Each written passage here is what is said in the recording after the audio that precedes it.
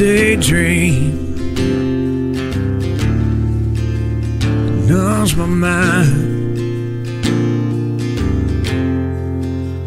Turn on the lights,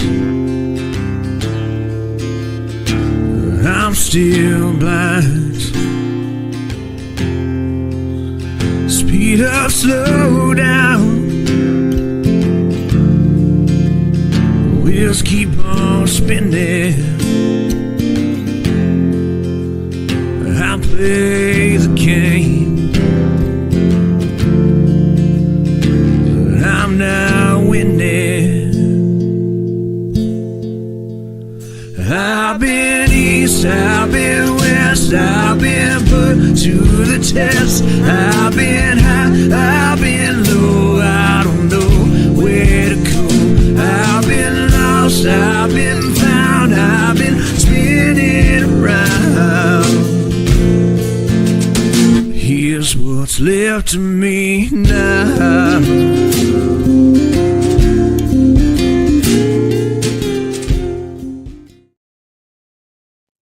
Hello, everybody, and welcome to Into the Weeds podcast here on Military Broadcast Radio. I'm Amber. And I'm not April Johns.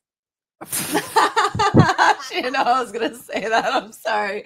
And I'm Laura, and welcome to our channel. Okay. So, anyways. Sorry, we're skipping over okay. So, thank you. Surprise. Hold on, Sarah, just a moment. Okay, so welcome everybody. Today is going to be a very interesting show. I can guarantee it. We have Toddy One Skip. I'll just bring her up right now. We have Toddy One Skip with us, and we are going to be interviewing Pink Hat Sarah, and it is pertaining to the incident that happened in Chillicothe. So, without further ado, we are going to bring up Sarah. Interview of the week sponsored by LTD Tactical.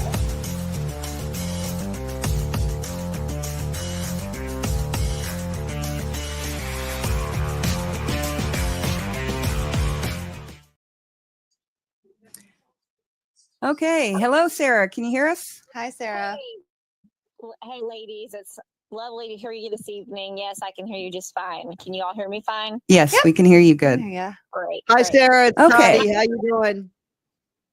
Hey, Toddy, I am hanging in there. How are you doing? You've been going 90 to nothing lately with on doing your live, doing your own little broadcasts and being on everybody's different lives and running around in circles, getting these letters out for Nick. It seems like you've had a lot going on.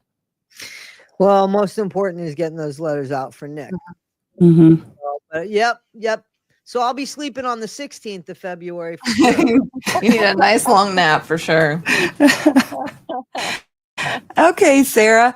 So thank you for joining us. I want to be clear with everybody that I have not reached out to Sarah until just a couple of days ago because I didn't want to muddy the waters. I knew that she had this legal case pending and I didn't want to screw it up for her. So that's basically why we haven't touched on this with Sarah yet. I wanted to wait until everything was out of the way, but it seems like that's going to be a long time. So Yeah.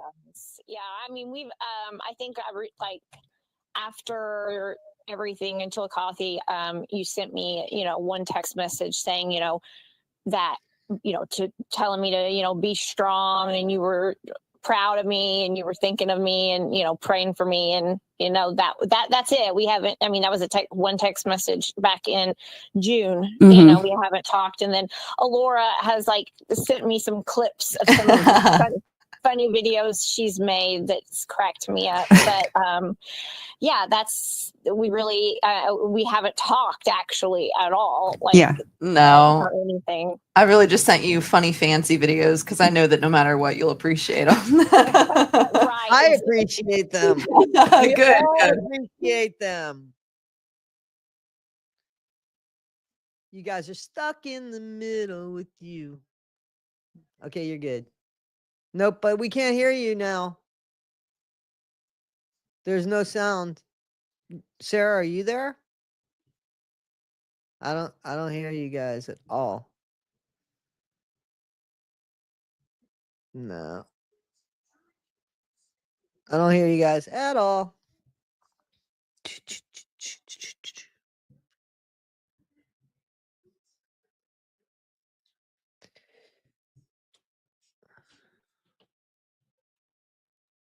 Nope. No.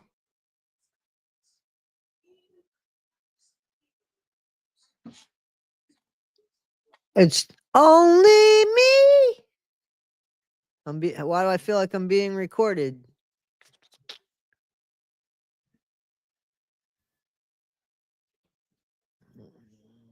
I'm stuck in the middle with you. Well, I don't want to be the only one on here.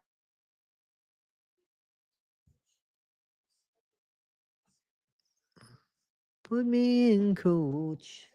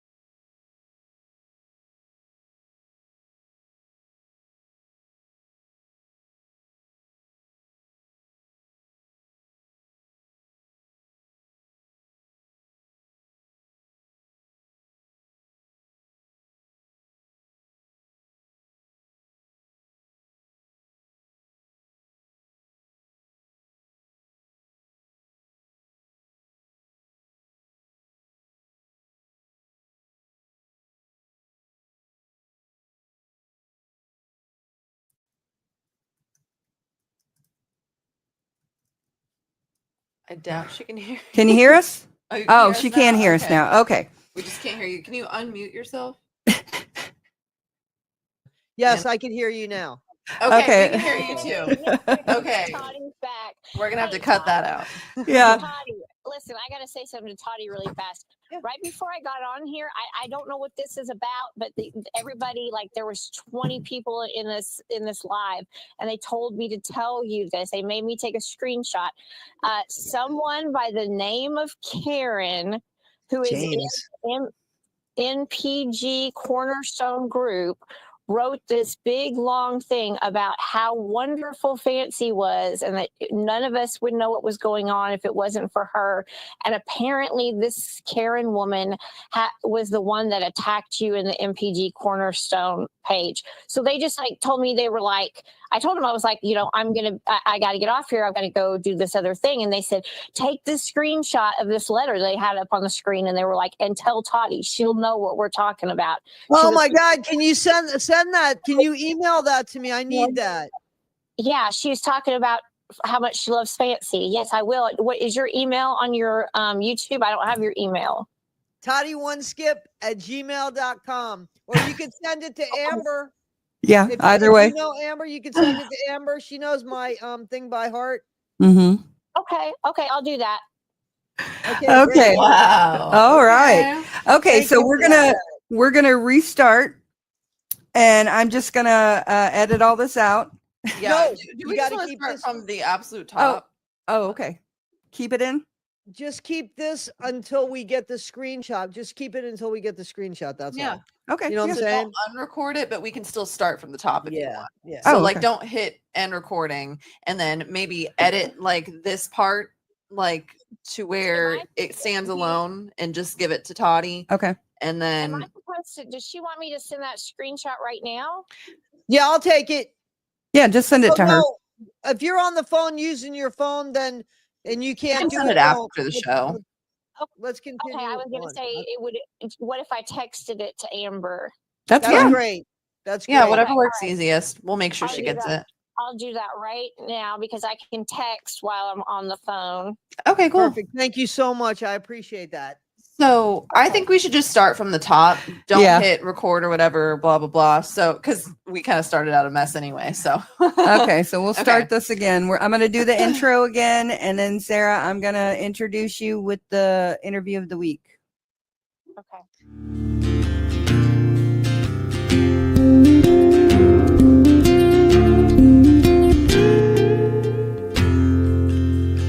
Window daydream numbs my mind. Turn on the lights. I'm still blind. Speed up, slow down. Wheels keep on spinning. I play the game. I'm now winning. I've been east, I've been west, I've been put to the test. I've been high, I've been low, I don't know where to go.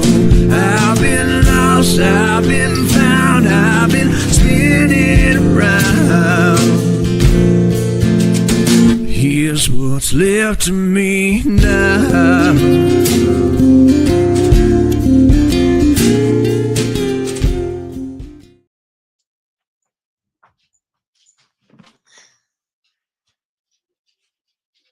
I can't hear you again.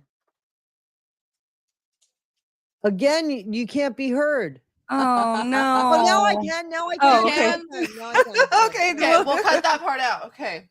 Just say, and welcome to the blah, blah, blah.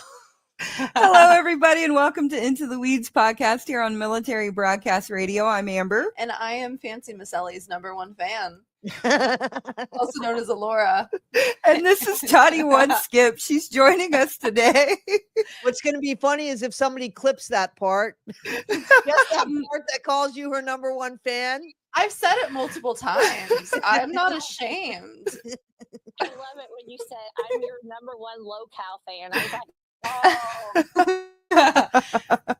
Yeah, okay, so we've been having internet problems, so let's just scrap it all. Here it is. We have What's new? Yeah. we have Pink Cat Sarah with us, and we are going to be interviewing her about the Chillicothe incident with Fancy, aka April Johns, or April Johns, aka Fancy. Yeah, That's what it is. Actually title it the Fancy Napping 2024 episode. Okay, that's a good one. There you go. Fancy napped. Okay, so Sarah, we're going to go to the beginning, and we're going to go to the beginning of when April found out that she was being sued by Gypsy Rose Blanchard and her family. Can you kind of tell us about how that happened and what you saw go down? Yeah, she was never served, and they never had any intentions on serving her, which is true. I mean, that is illegal, but she actually, Flawless Nina posted something saying that Fancy was being sued and she had to be in court in Louisiana in 2 days. Mm-hmm. And which was not true. It was Missouri, but she, was Misunderstanding. Yeah, she was claiming the lawsuit was going to take place in Louisiana, and that's a very long distance for, Fancy to have to go, and was kind of laughing about it and all that stuff.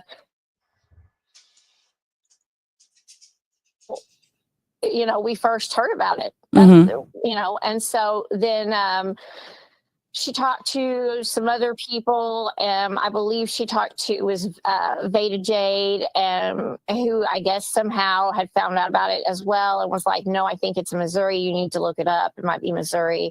And lo and behold, it was Missouri. And so it was, actually, if it wasn't for TikTok, she would never have known she was getting sued.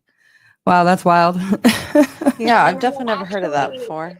They actually had if it was stated in the document that if she did not appear, a warrant would be issued for her arrest. Yeah, I remember that. And nobody ever served her. Mm-hmm. Wow. I actually didn't So, even realize that part. There was supposed to be a warrant if she didn't show up, Mhm. but they didn't serve Yeah. her. I feel like Yeah. that wouldn't hold up in some way, somehow. I think it's legal from legal? yeah, Yeah. I mean, look at what Wow. they did to me. I mean, I was in the hospital and my attorney was on medical leave for an accident where she hit her head and had a concussion.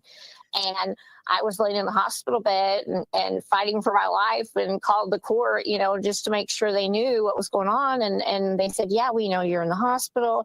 Your attorney's on medical leave. We know what's going on. And I was like, okay, well, I just want to make sure. And they, the clerk said, check back. Okay. We'll get back. We'll get into that later. So what was April's mentality when she found out about it? Was she upset? Was she laughing? At first she was like, I'm not going, screw them. Mm-hmm. They can't make me go. Yeah. I haven't been served. Which any normal person would say that, like, I haven't been served. How can you do this? But then when she found out, that she would be arrested if there was a failure to appear, she started to freak out. Mm-hmm. And so she's talking to me about how, she didn't know how she was going to get there. Craig couldn't take her. Her daughter couldn't take her. She didn't have anyone to take her in the whole world, and she didn't have any money, and she doesn't have a car, and and this is something that's so frustrating to me, and I hear Sir Morbid say this all the time about her and Craig receiving disability payments. They don't, because they aren't disabled. That's a flat out lie. She doesn't qualify for disability, and she is not disabled. Yeah, I actually remember her saying that she didn't have disability. Yeah, she specifically clarified that. She says, I'm disabled, but I've been trying to apply and, get things sorted out, which, as both of my parents are disabled, we kind of understood that sometimes it can be a complicated situation. So we took her at her word, but I remember that. No, I mean, she's got the COVID fingers. She's self-diagnosed as autistic. She's self-diagnosed with the, issue with the, what is it, where she gets drunk, auto brewery syndrome. Auto brewery syndrome. So, to be honest, and I heard this from her former partner, Brandy, is that the reason why she doesn't drive is the fact that she does not have a valid driver's license.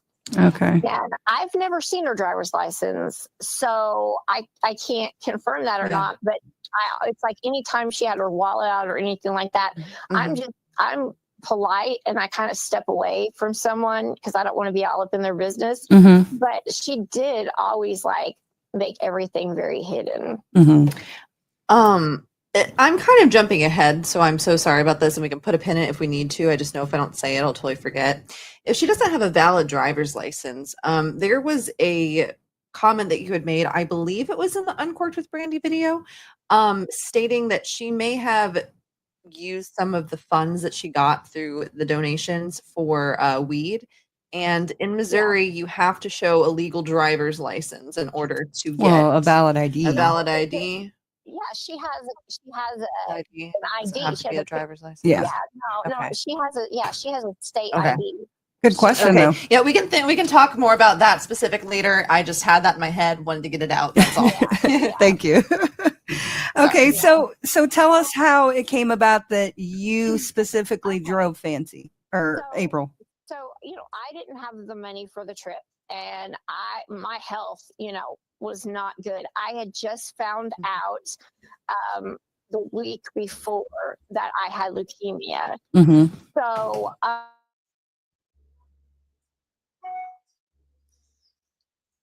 freeze frame. Here's what she did. She's always, like I said, she's she is so manipulative, and she is always like trying to think and stay 10 steps ahead of everyone so that she can figure out how she can use them and con them.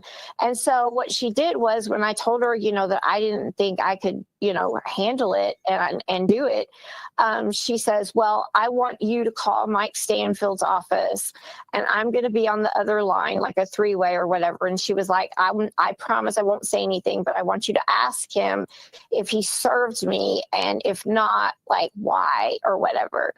And so I was like, okay. So we call him up, and he's, supposed to be quiet on there. And I tell him who I am. And he's like, well, can't really go into the details of the case or anything, with you and blah, blah, blah. Mm-hmm. And then I said, okay, well, can you just tell me, did you serve her? And he said, no.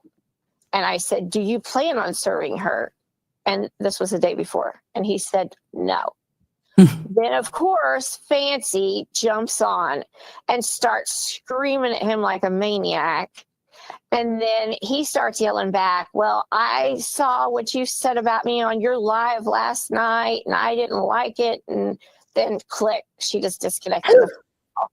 Mm-hmm. Then she tells me, okay, now you have to take me because you're my witness. That's where the witness came in. We were trying to figure out, because she was saying, yeah, like, this is tampering with a witness. And we're like, what is she a witness to? Just the fact that she witnesses your bullshit? Or like, I don't know what the witness. Sorry, that clarifies a lot, actually. So thank you for saying that. Yeah, but it's just, I love you, Laura. You're so funny and witty. like, yeah, right. So I'm the witness to hear Mike Stanfield say, I didn't serve her. I'm not going to serve her.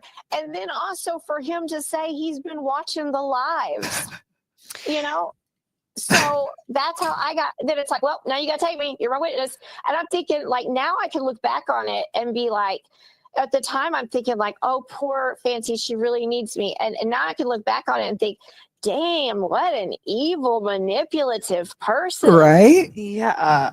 I was just thinking, again, another side tangent of mine. But like, I wonder how Mike and Blue Shirt Guy and all of those people, like, I wonder if they've been hip on the tea, like if they've been paying attention, if they've been watching the live streams, if they've seen our stuff.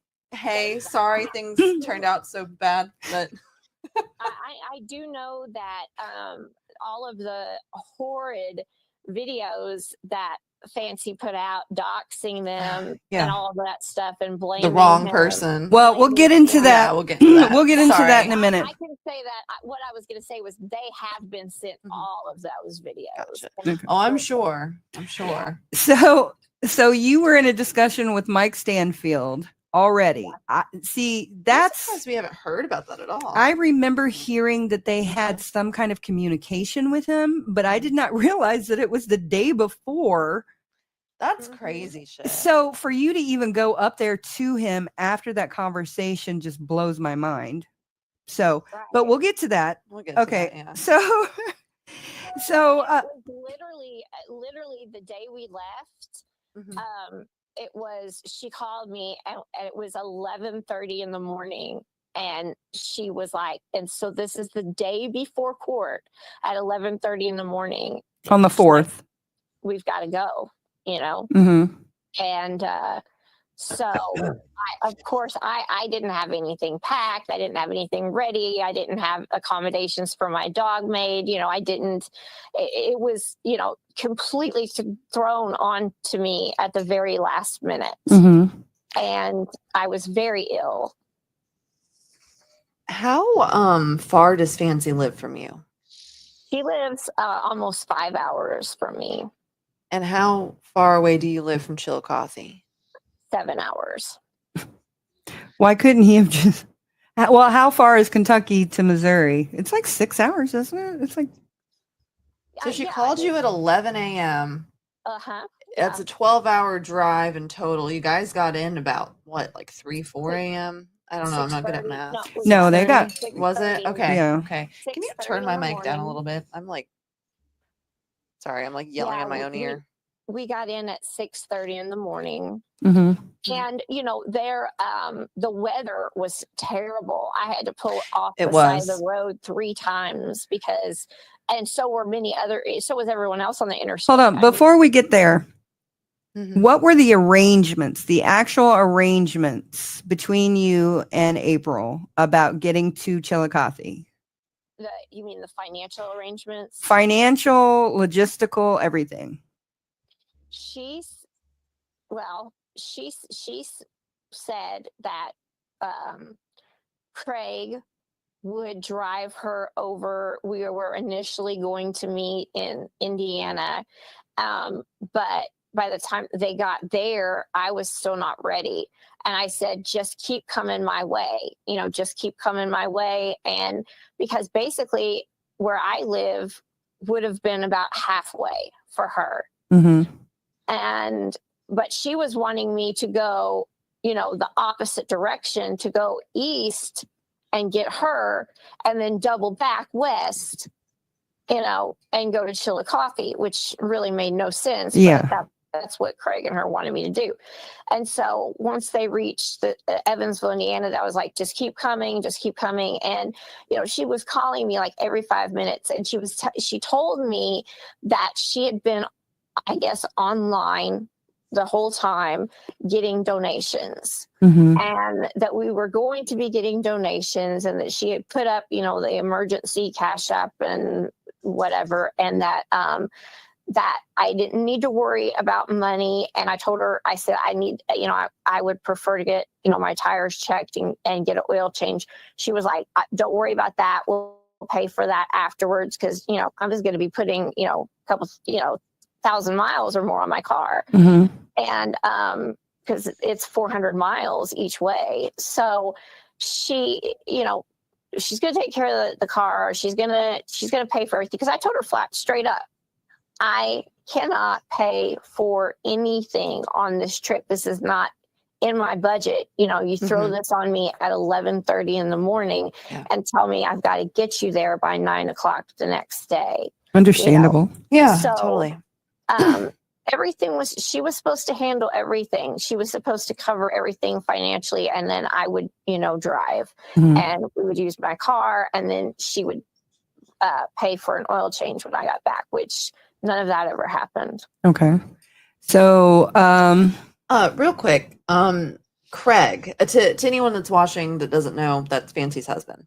So was he not able to make the full trip because he was supposed to be working? Is that what it was?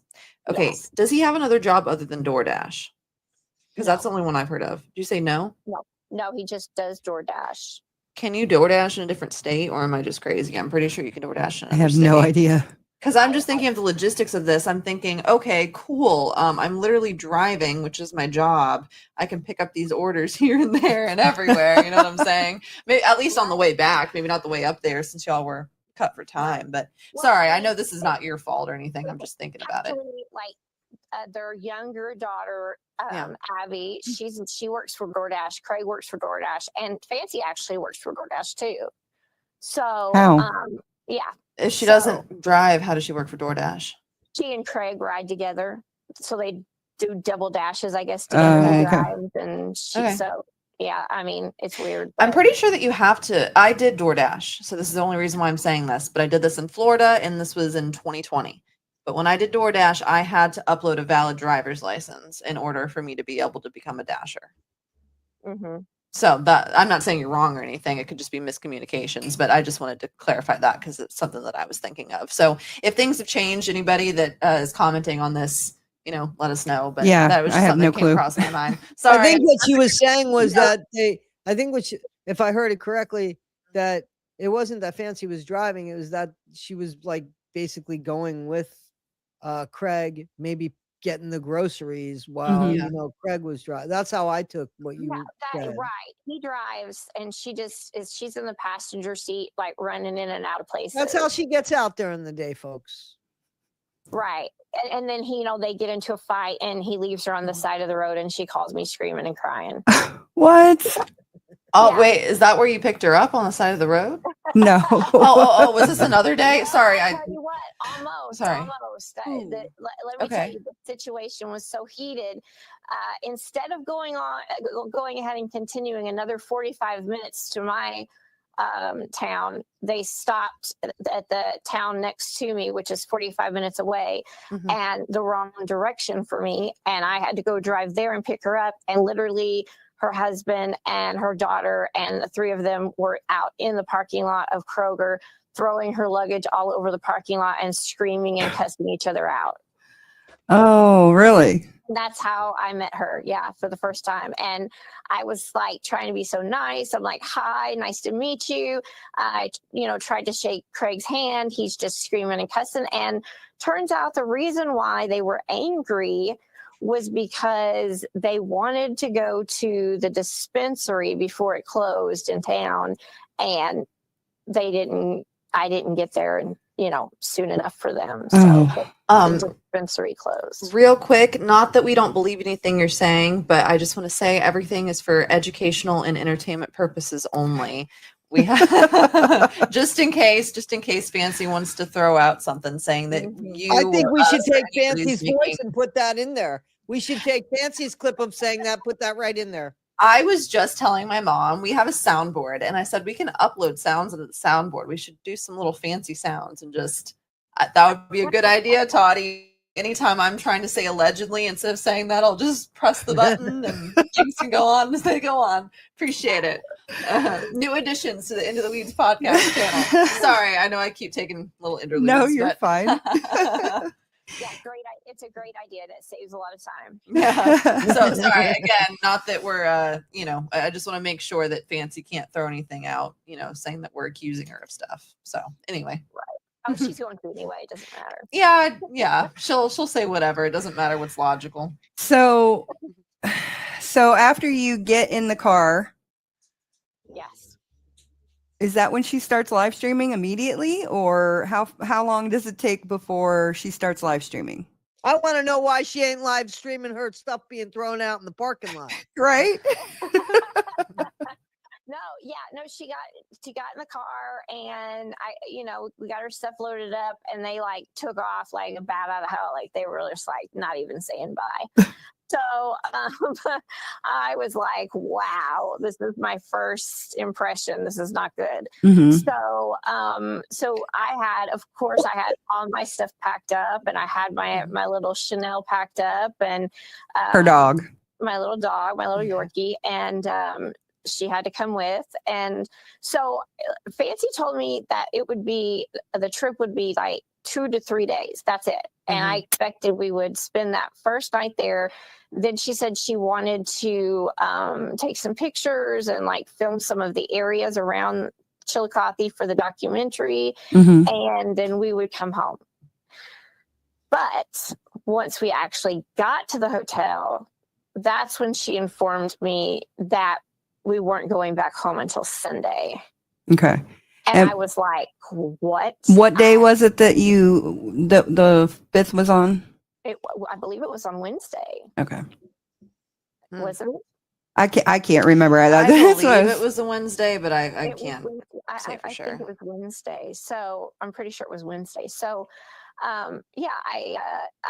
I was like, what? Because I just told my family. My family, didn't know anything about Fancy or any of this stuff that was going on. And I just told them, hey, I gotta just send my mom a quick message. Like, I'm going to be out of town. Just want to let you know I'll be out of town. I'll be back home by Saturday, no later than Saturday. Mm-hmm. She's just like, okay, be careful, whatever. And so the thing is that Craig, his biggest day of the week to DoorDash is on Saturdays. That's when he makes the most money. Mm-hmm. So he refused to come pick her up on Saturday or to meet me on Saturday because he did not. He said he couldn't lose that money. And then she had also told me that the day on Tuesday when he met me and dropped her off, that she gave him donation money to cover his gas and expenses because he had missed a day of work. Oh, okay. So I had no control over the money at all. I had no control over anything. Mm-hmm. I was just basically like her chauffeur. Mm-hmm. You know, that's the way she treated me. And so you were asking about the live streaming. Once we got on the interstate, she began live streaming because, you know, she was trying to get those donations in, I guess, you know, but I didn't know that she was live streaming, and I was pretty ticked off when I found out, and I didn't find out till like right before we got to the Waffle House. How did you not know that? Because she was talking to people the whole time. Well, I thought she, you know, she was yapping and talking. I thought she was recording.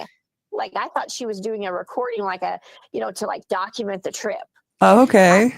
I didn't realize that she was running a live stream, and she wasn't holding her phone. It was on a stand in between her legs, and I couldn't even see it. So she was just babbling away to me, and I didn't know, you know, and I'm trying to concentrate on the trip, and, you know, there's roads out and there's road construction and terrible weather. And I'm also checking the dog and, you know, trying to keep everything going, you know, and it was just, it was terrible. Mm-hmm. So when you met her and you're in the car, you guys didn't really have any real conversations, did you? Well, we did. I mean, we talked, and that's why I said I was upset, because I talked about things with my life and my family, okay. and personal things. And I didn't know she was live streaming because she wasn't talking to her crotch. You know, she wasn't talking to her phone down in her How do crotch. you know? I know she doesn't talk to her crotch. They could totally have a conversation. I mean, at least according to Christy, right? I mean, according to Christy, she's got crabs and everything. Okay. We're not going to get into that. We're not doing that on this channel. Broadcast radio here. Yeah, Christy set her up on that one. So Okay. Yeah. she was talking to me as if she was just talking to me, yet she was streaming. So Okay. So when you get to the Waffle House, what happens there? Well, that was kind of a weird situation, because it was the Waffle House wig fiasco of 2024. Yes, I remember that. Because of Nina, Flawless Nina. I don't know what her problem is with me, but while we were driving, somebody said, "Why is Sarah wearing braids?" And I was not wearing braids. My hair was in like tight curls, almost like a crimp, you know? Yeah, they were very tight curls. Right. And so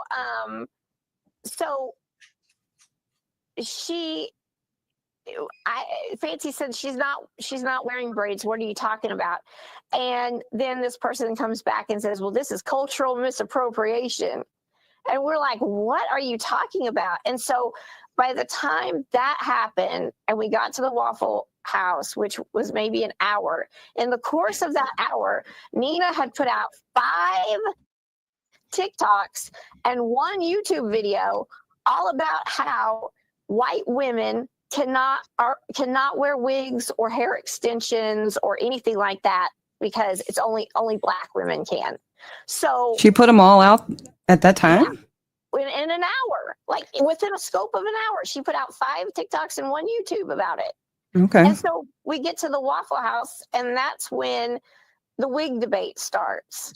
And I'm just talking about how I wear different wigs, I wear different hair extensions, I wear, just depending on whatever look that I'm going for, It's just, for me, it's just like an accessory. Hair is an accessory. And so there was a big issue with that or whatever at the Waffle House. And so, it was mentioned, and it was stupid. I don't even know why they all made a big fuss about it. I think anyone should be allowed to wear their hair any way they want. Yeah, I agree with that. I mean, as far as just people, being able to wear their hair however they want. Right. Well, so from what I've been told, and I don't even remember who I had this conversation with. It would have been a very long time ago. But regarding the Waffle House live stream, I think some people said that allegedly some of the things that were going on and being said in the chat might have been, racially charged or something like that. And that's something that I don't know if we'll be able to actually even go back to go see, since it was all on TikTok and stuff, TikTok live chat. But again, I don't know specifically what was said, but it seems that the racially charged angle or thought process might have come from something that was in the chat. But as for the wig thing, the only thing that I will say is I have no right to comment on how a Black woman feels about hair, but I will say, because it is hair is a very personal thing to a lot of people, because I even read this this article on how it's how cults control people, it's how different countries control people, it's how you dehumanize people, and it all has to do with your hair. So I'm not going to comment on how someone else feels, but I will never comment on somebody's hair ever, because you guys know what I wear over my. But there are valid reasons, in my personal opinion, for white women, for Asian women, for anyone to wear wigs, because some people can have alopecia, people can have cancer, which you've said that it's a form of expression. Cancer, so that's the only thing that I feel comfortable saying about the wigs, because other than that, it's none of my business. But it's a nuanced conversation. That's all I'm going to say. Very much so. Okay, and I didn't think we were going to get into that. I completely forgot about that subject, so my bad. I did as well, but now that you mention it. It got turned into a big deal. But what did you say, Toddy, when Alora was speaking? Sorry. What did you say about hair? Well, I said I'm certainly not one to speak about hair, being that I have, this weird hair. But I think that hair is a form of self-expression. I mean, that's part of your autonomy.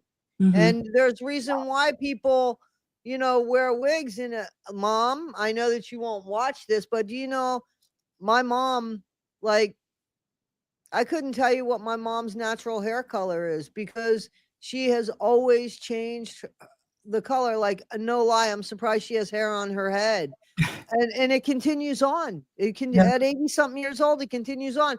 It is a form of self-expression. I don't think it's for certain ethnicities. I don't think it's explicit.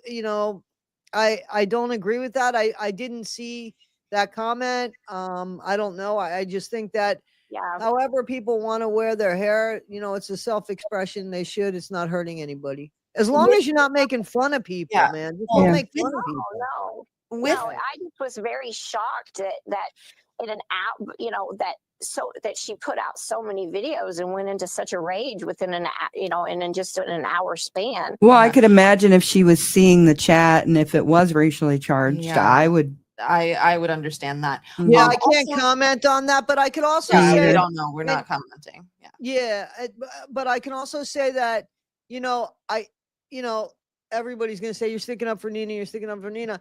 She's a beauty influencer, and she does speak on beauty. That would be part of it, but I don't know if that's what she was. I don't know what she was saying. I didn't see those videos. I didn't see the chat, but I mean, as a beauty influencer, I could see somebody commenting on hair. But she just said I couldn't wear it because I was white.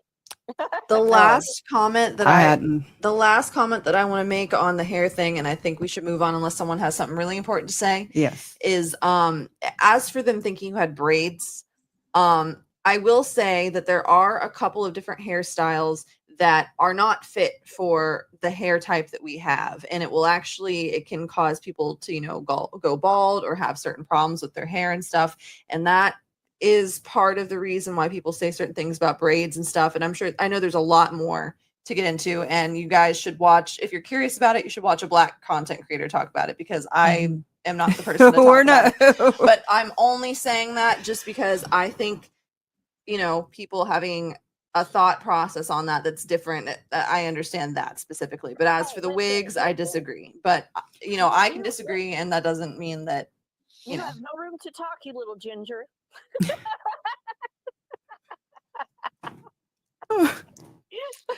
Okay, so how is this? Okay. So at the Waffle House, not only was that happening, but did Fancy introduce herself as to a waitress or something like that? Yes, she did. Yes, she did. Okay. Yes, she did. Tell us about that. So the waitress was there, and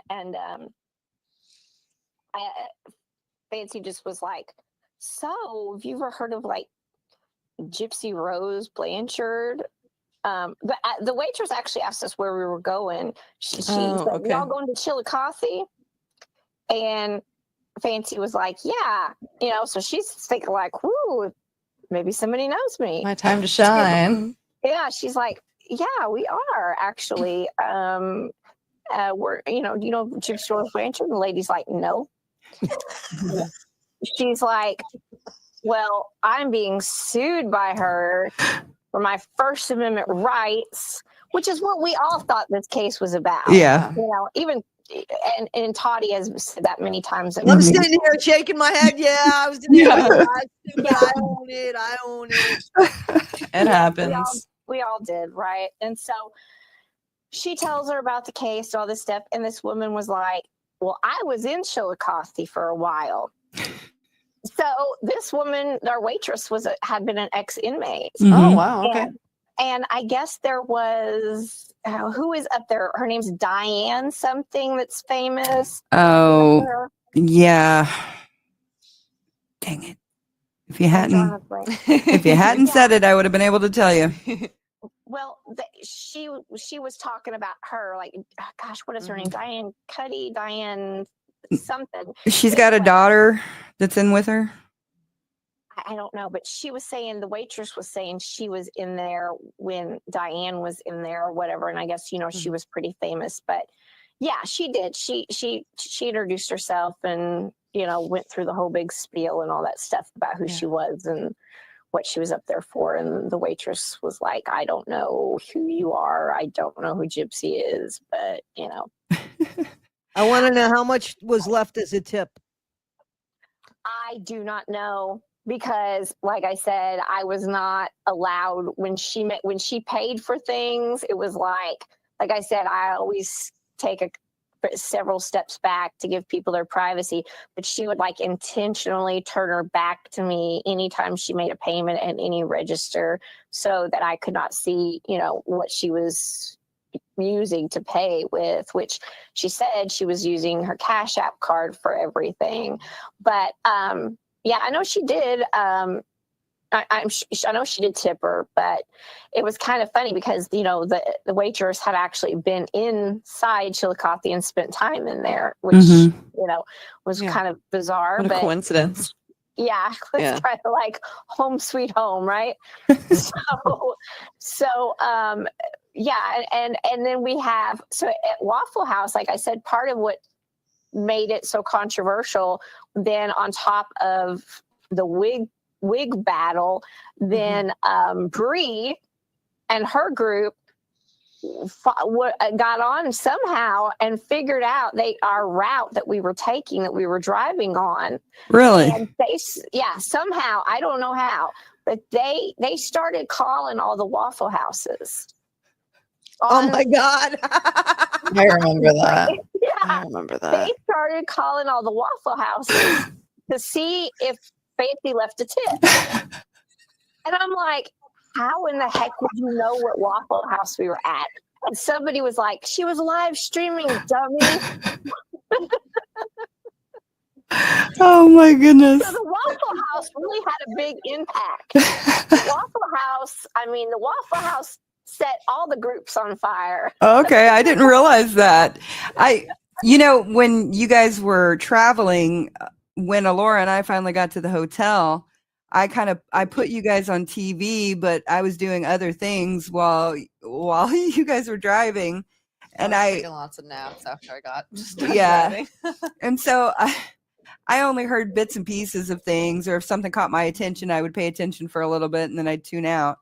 Because watching live that long with Fancy is just not great. Yeah, it's a lot. shit. So actually, I have to go to the restroom, Sarah. So what I'm going to do is I'm going to play a video real quick, and then we will get back into it, and then we'll start from the hotel. Okay. Okay.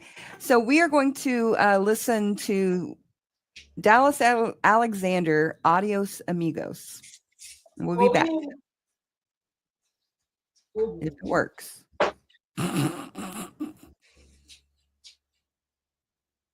My internet sucks, y'all. Amber, I texted you that picture for Toddy. Okay. I'm still waiting for this to.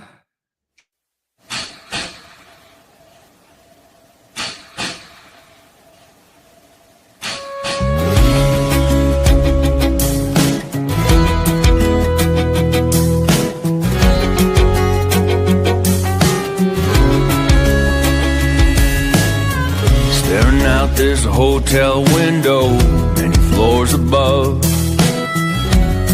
What's missing down there is love.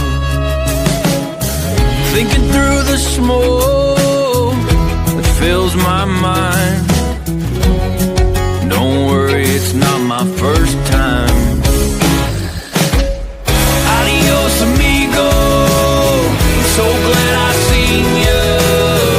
I won't be seeing you around. Adios, amigo. I've been looking for you since I stepped foot in this town.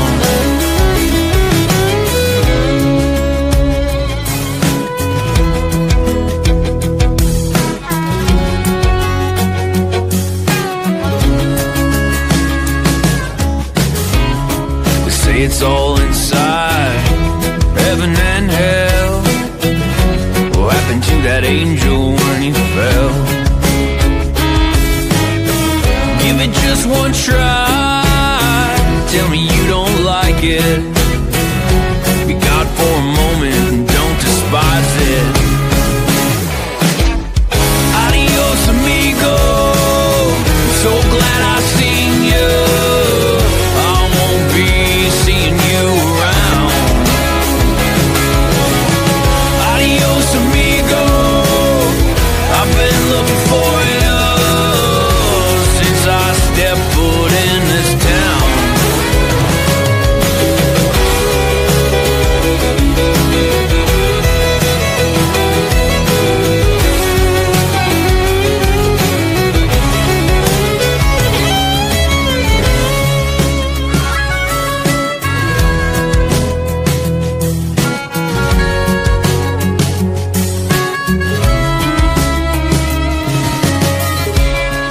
Step outside and breathe. Play a little in the street. Hope it's not me they're sending. Move on from over there. Give the kids a little scare. Oh, these fences, they need mending. Adios, amigo. I'm so glad I seen you. I won't be seeing you around. Adios, amigo. I've been looking for you since I stepped foot in this town. Adios, amigo. So glad I seen you. I won't be seeing you around. Adios, amigo. I've been looking for you since I stepped foot in this town.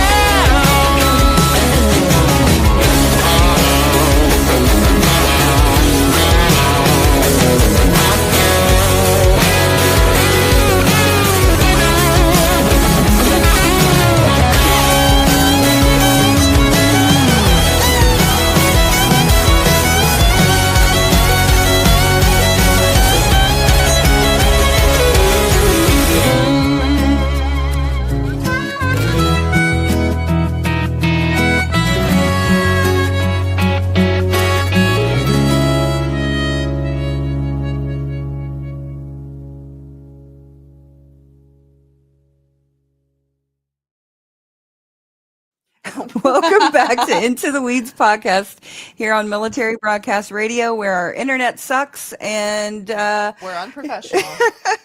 And we can't get these chairs to stay in one Okay, you're pressing my computer. Oopsie daisy. Yeah. Anyway. Sorry. It's yes, you're back. Sarah, we're back with Sarah and Toddy One Skip. That was Dallas Alexander, Adios Amigos. I like that song. I do too. Yeah, it's really great. Okay, so we are going to get into Chillicothe. So tell us what happened when you pulled into Chillicothe. It was like 6:30 in the morning, correct? Yeah, it was still dark, still dark outside. Like the sun was just coming up. It was dawn. Yeah. Dawn of the new day, you know. And you came outside to meet us.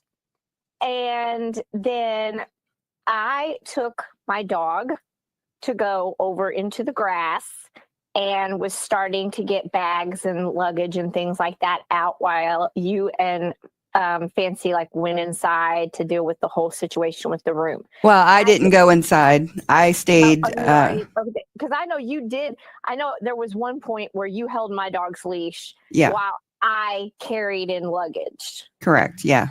So, and that's how I met you was you were waiting to greet us in the parking lot, and it was very early in the morning, kind of, you know, like I said, the sun was just coming up. And, you know, I'll tell you that it wasn't up until recently when I heard you discussing the situation with the room on the video that you put out and the situation at Walmart that you guys put out. I knew nothing about any of that at all. Really? No, I was told that you were securing a room for us. Yes. The infamous phrase that misunderstood. Right. That's all I heard. That's all I was told was you were securing a room for us. You had a military discount, so that would make it cheaper. So therefore, it made more sense for you to reserve the room. But that Fancy was actually going to be paying for all the nights off of the Cash App donations that she had received. And she did eventually. She did end up doing. But she would have had another police report filed on her if she didn't by the hotel. So that's probably quite the incentive. But you did pay for the first night, and she lied to me about that. I paid for the night of the 4th, which enabled you guys to roll in and take a shower. And which is what she meant by secure the room. Make sure that it was there. She just said it in a weird way, and no one understands it for some reason. I don't think it's that hard to understand. But, you know. Right. Well, so Fancy told me she paid for every single night. Well, she did that. You guys got there the 5th, the 6th. No, she did not. No, she told her that she paid for the night. Okay. Every single night means every single night. Okay. Yes. She lied to me. And we have proof. You don't have them loaded up, do you? No. We have them on one of our first videos. Yeah. Right. So I was lied to about that. And then I had absolutely no idea, you know, let me set this story up. So we'll go back to what happened at court and the lobby in a second. But after court was done and everything, you know, and all the drama that we had to go through and all that stuff, you know, I was ready to go to the hospital. But I was scared. Fancy told me I couldn't go to the hospital because I couldn't leave her, and I was worried about my dog. But I actually had to have like help to get out to my car at the police station because my lower back was out, and I barely made it to the room before I went into a full-blown pancreatitis attack, and I was vomiting everywhere, and it was horrible. And I was so sick. And you guys had said, like, you know, you wanted to take us out to eat for lunch after court. And there was no way I could go. So you took Fancy, and I guess you guys did some sightseeing and some shopping. Nope, we didn't do. Oh, well, we did go to Walmart. We went to Walmart. That's our sightseeing. Right. You know, right. Well, she had asked me before she left to go to lunch with you guys if there was anything she could get me. And I said, just please get me some Diet Sprite. That's all I asked for. And so hours later, she came back with some Diet Sprite, and I'm like in bed, halfway dead. Mm-hmm. And but I did not know that you guys bought all this stuff at Walmart. Alora did. Yeah, let's see. I can even pull up my Venmo right now. I didn't even know. No idea till you made your video. Mm-hmm. Yeah, she said she couldn't find her card, so Alora just stepped in and. What was it? June 4th? June 5th. June 5th. June 5th was Yeah, clear. 2268 Walmart Supercenter. So I don't know that. I don't think Sprite cost 2268. She bought whatever else, but She bought some deodorant and stuff like that. I remember yeah, that. I remember that. Yeah. But like I said, I had no idea until you made those videos a few months ago. I forgot my card. Oh no. Whatever. I knew it was bullshit, but I didn't really care. Yeah. Whatever. Well, I'm not mad about it. She ended up somehow at the end of the trip, she lost her Cash App card and blamed me for it. She told everyone in the mod group, and she told everybody that I stole her Cash App card. Oh wow. Which I did not do. She was like, "Can you check in your car?" So I did. I dug everything out in my car, anywhere it could possibly be, and it was not in my car. So I don't know what happened to it.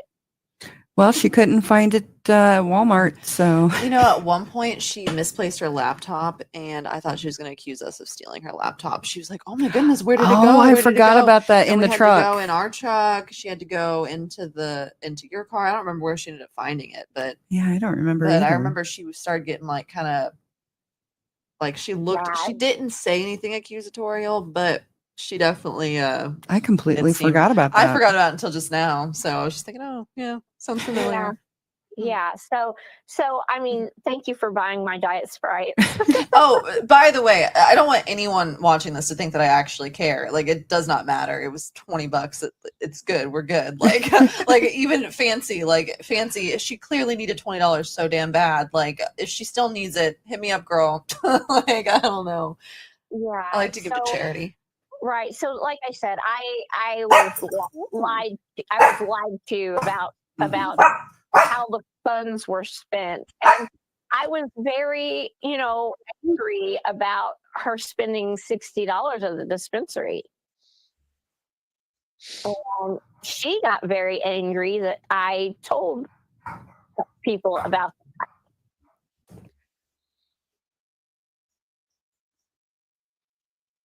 Can you hear me? I can hear you. My husband's just riding up on his Harley, so it's going to be really loud. Let's use this one.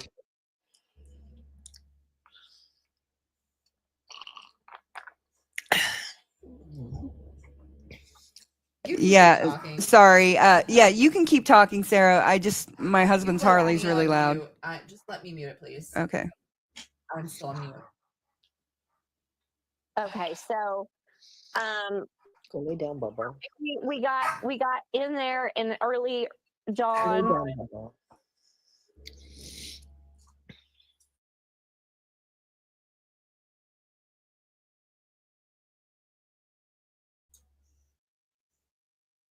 I don't hear anything. You guys are muted. You're muted. I muted myself intentionally Oh, so she could she talk. can't hear her because you muted it. Oh. So I don't know if anybody could hear what was just said. Sorry, my bad. So I don't My know bad. if anybody could hear what was just said though. Yeah, Not when you just mute me. it up there, it Gotcha. mutes everything. I'll Alora's going to take care of the dog. Okay, It's chaos here at the household. Oh, well. that's okay. Okay, Sarah, can you just kind of go over that again? I'm sorry about that. So like I said, it's early dawn, and you were holding little Chanel, and she was playing around in the grass, and I'm unloading luggage and, about to pass out. And Fancy was up at the register taking care of everything. And we got in there and got stuff unloaded. And basically, we only had a few hours to get ready and then be at court. So Sorry, guys. Go ahead. Do you want me just to wait till the dog stops barking? No, just keep going. So we just had a few hours, but like I had said to Fancy and, and when we were there, when I did know we were live, like at the Waffle House, I said, look, I mean, I'm not going to stop until, I get her butt in Chillicothe. And so we made 2 stops. The first stop we made, I don't even know where we were, but Fancy just needed to go to Hardee's right then and there. So I pull into this Hardee's, and apparently, she was recording, and everybody, has made memes about this, but she ordered like a double cheeseburger, and she ordered curly fries and a Coke and a chocolate shake. And I just ordered a large Diet Coke. That was it, And then we drove on, and then finally I was like, okay, their Waffle House was right next door. The parking lots were connected to a gas station. And I was like, I got to have gas. I got to get out. I got to go to the bathroom. I got to walk around, So then we went into the Waffle House. So those were the 2 stops that we made, other than having to stop for the rain. So, I was doing everything I possibly could to get her there, because if she wasn't there, they would issue a warrant for her arrest. Mm-hmm. And so actually, we should probably talk about that, because I forgot about that. So April has accused you of kidnapping her. Yes. But essentially, she was essentially kidnapped. Okay. That's my favorite. That's been my favorite word of the year, is essentially. Like, I've been putting essentially as a joke in front of everything I say now, because, she was essentially kidnapped. But the funny thing is that it took her months to realize she'd been kidnapped. Well, it didn't take months, did it? Yes. I don't remember. I don't Yeah, have receipts for it, so. No, she didn't file in the court that she'd been essentially kidnapped until the fall. Oh, okay. So yeah, and she said that, they have proof that I was in contact with her stalkers prior to the trip. That's not true. I don't know who her stalkers are. Anyone that doesn't like her. I don't know who the hell she's talking about. But she says allegedly that I was, in contact, in cahoots with her stalkers, and even possibly the Blanchards, to kidnap her, to take her to her court appointed case. Her ass was on the line, not mine. It was her facing jail, not me. And when I saw that, not only was my jaw on the floor, but I was so hurt. And I thought, what an ungrateful bitch. Like, I took you, and you still owe me money.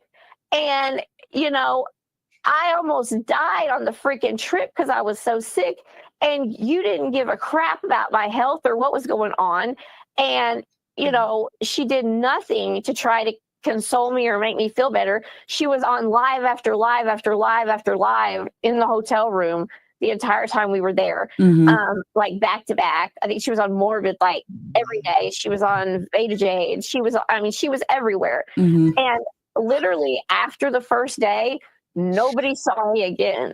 Like, I was gone. Where's Sarah? Oh, she's over there in the bed. Yeah, on a heat pad with my legs propped up, trying not to end up in the ER. And so then now I was going to ask you guys, because I was so sick, and you guys took her to lunch and I couldn't go.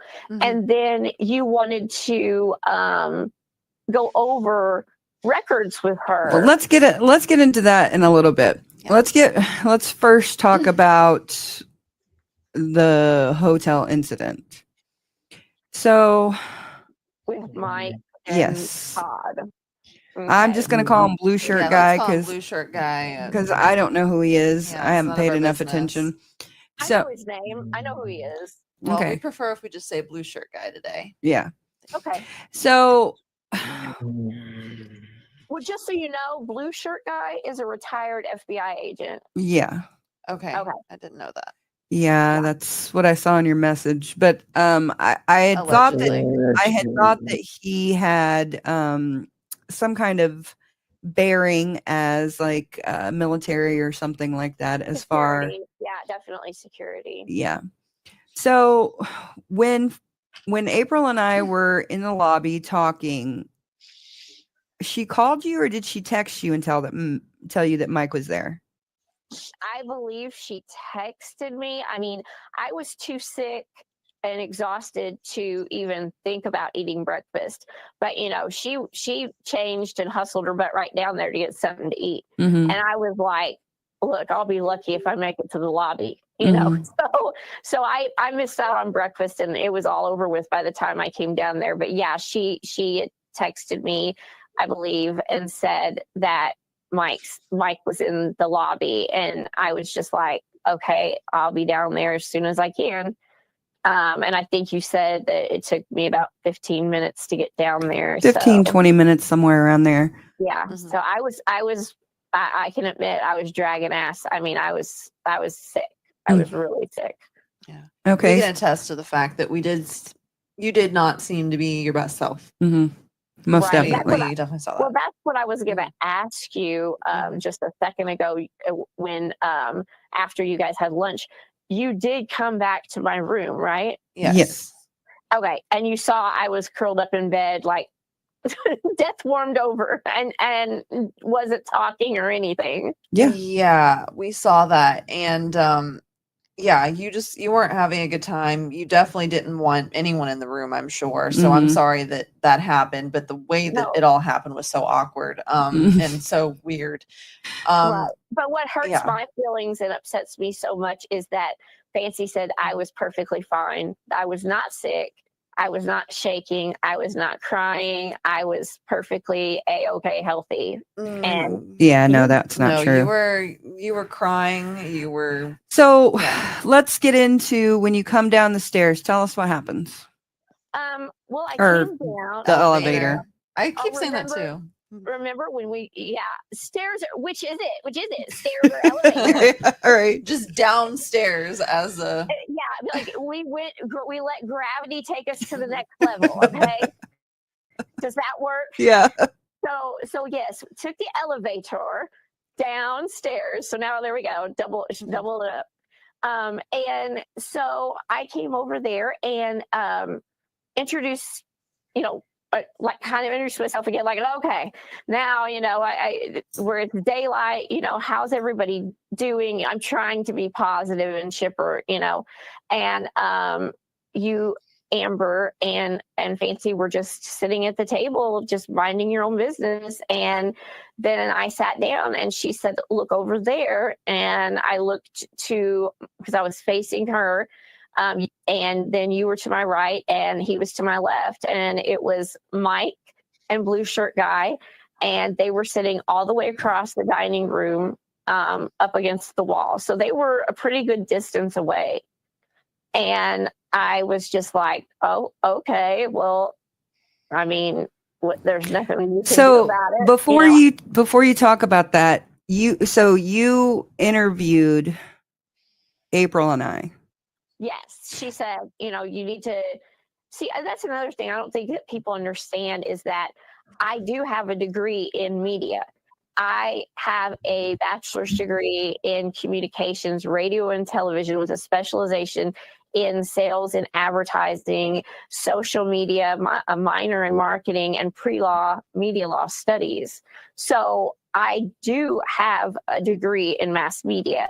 And so Fancy was just like, we should do interviews. And I said, yeah, that's a good idea. And Amber, you were, yeah, okay, that's a good idea. So I took out my phone and I did, just an interview with Fancy, like, who are you? What are you doing here today? You know, where are you from? Blah, blah, blah. And then I did the same thing with you, Amber, and I sent you that video. Yeah, I'm actually going to play it. Real quick. No, I was going to say, nobody has seen this video. Nobody has this video except now for me and you. Fancy's never seen it. Okay. Real quick, I just want to say this to people who tune in. I always like to play devil's advocate, so don't take this any certain type of way, but I'm just going to be as real as it possibly can be. Do you have any proof that you have these degrees? Is there any way that you could show us that you have these degrees? Because if I'm being real with you, the way that these interviews were conducted after watching them, they don't really scream professional journalism, in my personal opinion. Yeah, and I absolutely. I mean, I had to have that for the last job that I had. They had to check and show that I had an enrollment and graduation at the university. And yes, I agree with you 100%. But if you just knew, like, for example, when I'm on TV or I'm on the radio, I change my voice completely. I don't even sound like the same person that I do right now. And it's very more stiff and structured and, you know, much more professional than what I did there. But you got to understand that it was just kind of like an impromptu thing. And she was like being very casual about it. And I was also very sick. And so it was just very, very casual. But I agree with you. I agree with you 100%. Again, with all due respect, I haven't seen too many of, any fancy videos, Goodwives Network videos before this date. I've only seen a handful, and most of them I've seen since I've gone back. But anything that I've seen that you've been in, you haven't been, I don't want to say unprofessional necessarily, but I mean, I don't see a difference. I see the same Sarah and everything that I've seen personally. So I'm not trying to discredit you. Right. I'm just saying that could be something that someone might say, because I haven't seen it. And, you know, just being real, just being real. Listen, yeah, I mean, TikTok Sarah is not the same as, you know, Channel 3 Sarah. Is there anything we can reference to see Channel 3 Sarah? There's been some commercials that I've done. Gosh, they were a long time ago. But I helped write them and produce them for a wedding and bridal and a formal gown salon that I managed. I worked with our local TV station is Channel 3 here. It's ABC. I have been interviewed by them before, and it was, you know, very professional. And then also I've done some radio advertisements. And like I said, I completely changed my voice when I'm doing radio. And I don't even know if they still have those around, because it was for a St. Patrick's Day sales event that I was doing. So yeah, I agree with you. I agree with you 100%. As for the interviews on Channel 3, did you say that you were interviewed or you did the interviewing? The last one I did, they interviewed me. We were doing an interview about identity theft. Identity theft. Okay. Yeah. Is there any way we might be able to see this? Is it potentially on YouTube so that we could link? I couldn't tell you because it was several years ago. I don't know if they would even still have that around or not, but I'm sure somebody can look for it. I only asked because I've been interviewed. I got interviewed multiple times, but you know, one that sticks out in my mind is I was 10 at a Justin Bieber concert, you know? So I mean, like, you know, I'm not trying to discredit you. I'm just playing devil's advocate for people that are in, you know, the comment section typing away, because, you know, everyone likes to do their thing, and I just want to make sure that we cover as many bases as we can. I'm not trying to attack you in any way. Thank you for the way you're reacting to me. I'm glad that we're being able to have this conversation. I just, you know, covering my bases. 100% agree with you. I graduated on the top of my class, magna cum laude, all that good stuff. So what school was it? It was at SIU. Actually, you know what's kind of freaky is that Jose and Kitty Menendez, that's where he met her was at the university, SIU, that I went to. And he was in the same college and graduated from the same program that I did. He was in mass communications and broadcasting. No, this is Southern Illinois University. Yes, Okay. SIU at Carbondale. So, yeah, that's kind of weird that they met there, and he was in the exact same program that I was in, and literally they have not changed that portion of the college, even though it's like ranked number 2 in the United States. They have not changed it. So I think like, oh wow, like I was in the same actual classroom that he was, and he was a monster. Yeah. Okay, well, we're going to play this video that you took of Fancy and I. Everybody, I am a dork. So this is also like after you'd only done 2 shows, 3 shows, like not many. 4, I think. 4. So yeah, very new to the camera. Mm-hmm. And I was being very casual. Okay, here it goes. Sure, shit ain't sad, Terry. Okay, so I am Sarah with Goodwives Network, and I'm here with Nancy Maselli and Amber from the Into the Weeds podcast. yeah. All right, and what brings you here today? Well, a funny little court case with a little American favorite murderer that everyone loves. Okay, and would you like to name that murderer? Oh, I'm sure everybody knows her name by now. All right. So, is that the only comment that you have to make right now? For right now, I mean that's it. I'm here to represent and stand for the First Amendment rights that are being violated. I'm here to stand up for every small town, small content creator's rights, and for them to not be subjected to being harassed, bullied, and cyberstalked in the pursuit of truth and justice. And what do you expect will happen today in the court proceedings? I'm hoping that, I'll be given my 30 days to go ahead and prepare and to get an attorney for this. I have still not been served as of 8:09 a.m. on the morning that I have to appear in court 10 hours away from my home. Well, okay. Well, I wish you the best of luck. And Thank you, do you dear. have anything that you would like to add? Well, I'm just here to document everything and be the historian. And, Right. And you are a member of the press as well. Well, I'm a member of The media. the media. Yes. Okay. Military broadcast radio.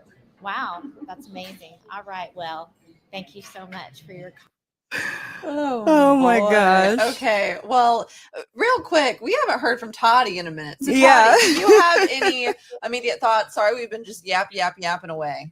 Yeah, I've been laughing a lot. So I appreciate that. And I've been getting information from some stuff which is very interesting. That's what I'm really excited about. Good. Yeah, we see And, you over there. Yeah. It has nothing to do with this, sort of kind of in a roundabout way, but not really. Yeah. Common denominator is involved. Anyway, I have a couple questions if I wanted. One very important question. Sarah, are you there? Yes, ma'am. Okay, don't call me names, lady. Listen, my question is, after everything, and I know that we got more to talk about, but how do you feel knowing that you did all of this for Fancy to later have a court date that she only had to appear in front of a camera and you couldn't manage that? How do you feel? Well, I'm very angry. I would be too. I would be too if I ran somebody 10 hours and they couldn't even manage to show up in front of their computer screen. But here's the thing, Toddy, is that she did that on purpose. She skipped it on purpose because she found out that after they issued my warrant, that it stopped all court proceedings. All hearings and all court proceedings now are paused and on hold until the warrants are paid. Then after the warrants are paid, they will proceed with the next hearing date. So she found that out, and so she skipped it on purpose and lied about it. That's why I'm angry, is she has lied to everyone about saying how she slept through it when she really did it on purpose. Nobody understands how conniving this woman is. Allegedly for entertainment purposes only. You got to put her in there. Put her in there with her own words. Well, we'll do it at a later like, date. my thing was snarky and it was catty and it had nothing to do with you. It wasn't. You did. As far as I know, Sarah, the way it looks for everybody out here. Well, I'm going to speak for me. The way it looked to me was that, okay. So once Fancy, with her own big mouth, acknowledged that she knew that she was being served, all bets were off, because that was it. That was the thing that got her, was the fact that she knew. She didn't have to be served. She knew. Mm-hmm. And they counted on Nina doing exactly what Nina did. And if it hadn't have been Nina, it would have been somebody else, and it'd been the same situation. So as soon as Fancy admitted that she knew about it, all bets were off. She had to go. And that's what they said to her too. I guarantee you that. So, but wait a second. Nina said Louisiana. There's a big difference between. No. But okay, no. But I mean, the court case. I didn't hear the Louisiana thing. I'm just being honest. I didn't hear, but I knew that there was a court case, and she knew that there was a court case. So she honestly could have made a phone call. But listen, that's Fancy's attitude. Fancy isn't going to deal with stuff until it's right in her face. And I got some stuff I'm going to show her later this week. You can bet your ass. But anyway, this is the way that I saw it. And I still feel this way, Sarah. I feel like she took advantage of you and totally overpowered your situation. I totally believe what you said when she said, well, now you got to take me because you're a witness. And I believe that. And I believe that she was the mastermind behind all of this, so I think that you took her with good intentions and that you legitimately were sick. Everybody's saying you were sick, and that, no good deed goes unpunished, which I'm finding out myself as well. Right. So as far as what you did, I thought what you did was the right thing, how it was handled, and how, I think you taking her there and bringing her back was nice, because I got to be honest with you, I'd have left her ass. I'd have left her ass after the first time she yelled at me. I'd have left her ass. I don't give a shit. I'd have left her ass. Yeah. And I totally believe that that's the way she was dropped off to you too. I'm done with you. You deal with her now. And her husband probably said, I want you gone for a week, because you see him on videos sometimes, and even her kid on videos sometimes, they're annoyed. They have had enough. I mean, we could sense it. I'm 1,000 miles away, and I know that. Like, how do I know that? So, I mean, I can only imagine. And I'm sure that she probably got him to take, I'll give you money. I'll pay you to take. I can see this all in my head, because I know what kind of person Fancy is, and wait till everybody else finds out what kind of person you are, Fancy. Yep. Wait. And you know what? Craig is just as bad as she is. Oh, so, I believe it. You ain't married to somebody like that unless you like them. I'm sorry. Yeah. Like she just made a post last week because she got all upset about this whole thing with Kesh and Perez Hilton. And she was just like, because this is her case and she's the god of the Gypsy Rose case. And she said, I'm going to type up a PowerPoint type thing where it's going to have bulletins. So, and you can download it. So if you ever get put in that position, you can, refer the person to these different facts, because she was angry that Kesh referred Perez to Becca Scoops. And so Craig is in the background saying, yeah, and you're going to charge him for it. And she's like, I was just going to say that. Behind the paywall. And she said, no, I won't charge him for this. I'll charge him for other stuff, but not for this. And he said, no, you need to charge him. And Toddy, I had told Amber and Alora that I wanted to go over that scripted dog speech that she posted up, because I know you've gotten so much crap from this, but I want to tell you guys what really happened and show how manipulative she is. So I know we're going to probably get to that later, but Yes. So, we're there at the hotel, and, I don't see, I mean, Toddy, from what you've heard and everything, is this an essential kidnapping? No, of course not. She's the one that had the gun. She said she was packing. Yeah.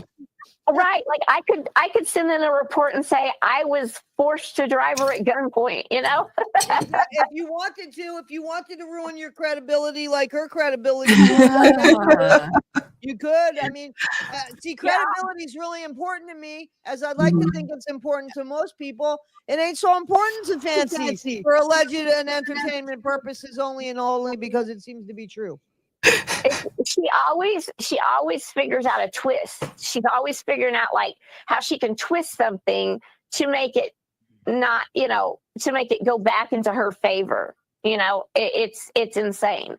Yeah. But back to where we were in the lobby, and interviewed you. Before I go any further, did you and April ever have any conversations beforehand about talking to Mike or asking Mike questions? No. Okay. Other than the time that you did on the phone. Yeah, right. Other than, but just to confirm there was a court date, that she had not been served and he had no intentions of serving her. Okay. And again, in relation to the video, and I know you said, you're sick, and there was a few reasons why you weren't your best self that day. So I understand, and I understand grace can be given. But from every single thing that I have seen that was recorded while you guys were there, none of it looks like a professional documentary. No, there's no cameras. There's, you guys are recording on your cell phones that don't have very good quality. It doesn't seem like there's much of a narrative or a script, and I understand this was kind of impromptu, and you're obviously going to be a little bit different than you normally would be, but I just cannot for the life of me possibly see how anybody, especially somebody with a degree, would think that any part of this trip and the things that were recorded would be reasonable for a documentary. Well, I will say that she did bring a big, like Tupperware type container. Like my trunk was absolutely full of her containers of documents and recording and professional recording equipment. She had, several different types of camcorders. So she does have professional equipment. Yes, why does she never use it ever? She does use it sometimes.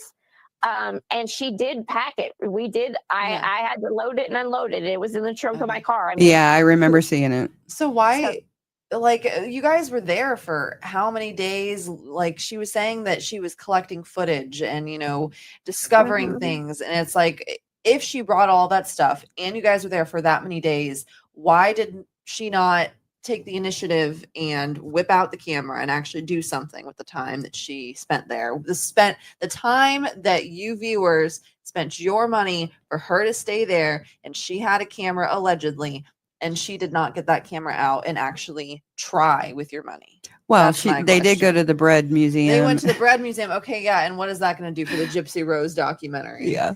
Right. We went to the Bread Museum. We went to a couple other historical places, and we talked to people that lived there, and like that worked, like the people that worked in the shop and our waitress at Applebee's and stuff like that. And they just said they were fed up with the whole thing, and that they didn't want anything to do with her, which is we got the exact same responses that 1980 millennial commentates. She says that she's from Aurora and in the area, and everyone's opinions were basically the same as hers. So, no, I've run into that too. So yeah, but she did, Laura, like your mom said, she did have all of the professional camcorders and microphones and boomsticks, and she had all of the stuff there packed up. But then it was very hot, and she decided that she didn't want to carry it around, and maybe she expected me to carry it, and I was too sick. Probably. Maybe that was it, but she decided instead to record everything on her phone. Well, I'm just sitting here thinking about how we know that she doesn't like to pay for anything. And she doesn't like to work either. She doesn't like to work at all. either. I can imagine that she probably thought that there was going to be a bunch of people there and she was going to ask them, oh, do this. Do you want to do that? Do you want to, and get the NDAs out? Go ahead. But I'm just thinking, like, she had to, like, this equipment was probably expensive and she had to get that money from somewhere. And the money that she gets does not seem to be from hard work. So the way that I'm interpreting it, allegedly, and this is just my interpretation of it, is this money, or not this money, these products were probably bought with other people's money, their donations, Or COVID funds. or COVID funds. Again, this is all alleged, but I'm just thinking. I believe it was purchased when she was still partners with Brandy and Tori. Well, even so. Well, that's some pretty old equipment. So if it is from that time period, it has been alleged that she would kind of like let other people pay for things, within her team. And I believe it, I'm not saying it's true or false, Fancy. I'm not saying it's true, but, I'm just thinking that money all came from somewhere. I don't know where it came from. And she, that I have seen, has never put forth anything that looks even slightly professional. Mhm. So that sounds to me like somebody else's money, most likely, was wasted and has been sitting for who knows how long. Mm-hmm. Sorry, I'm just picking up little things. Not that matters, but I'm just thinking for anybody who may or may not have donated to her in the past. These are just things that might be going through your brain.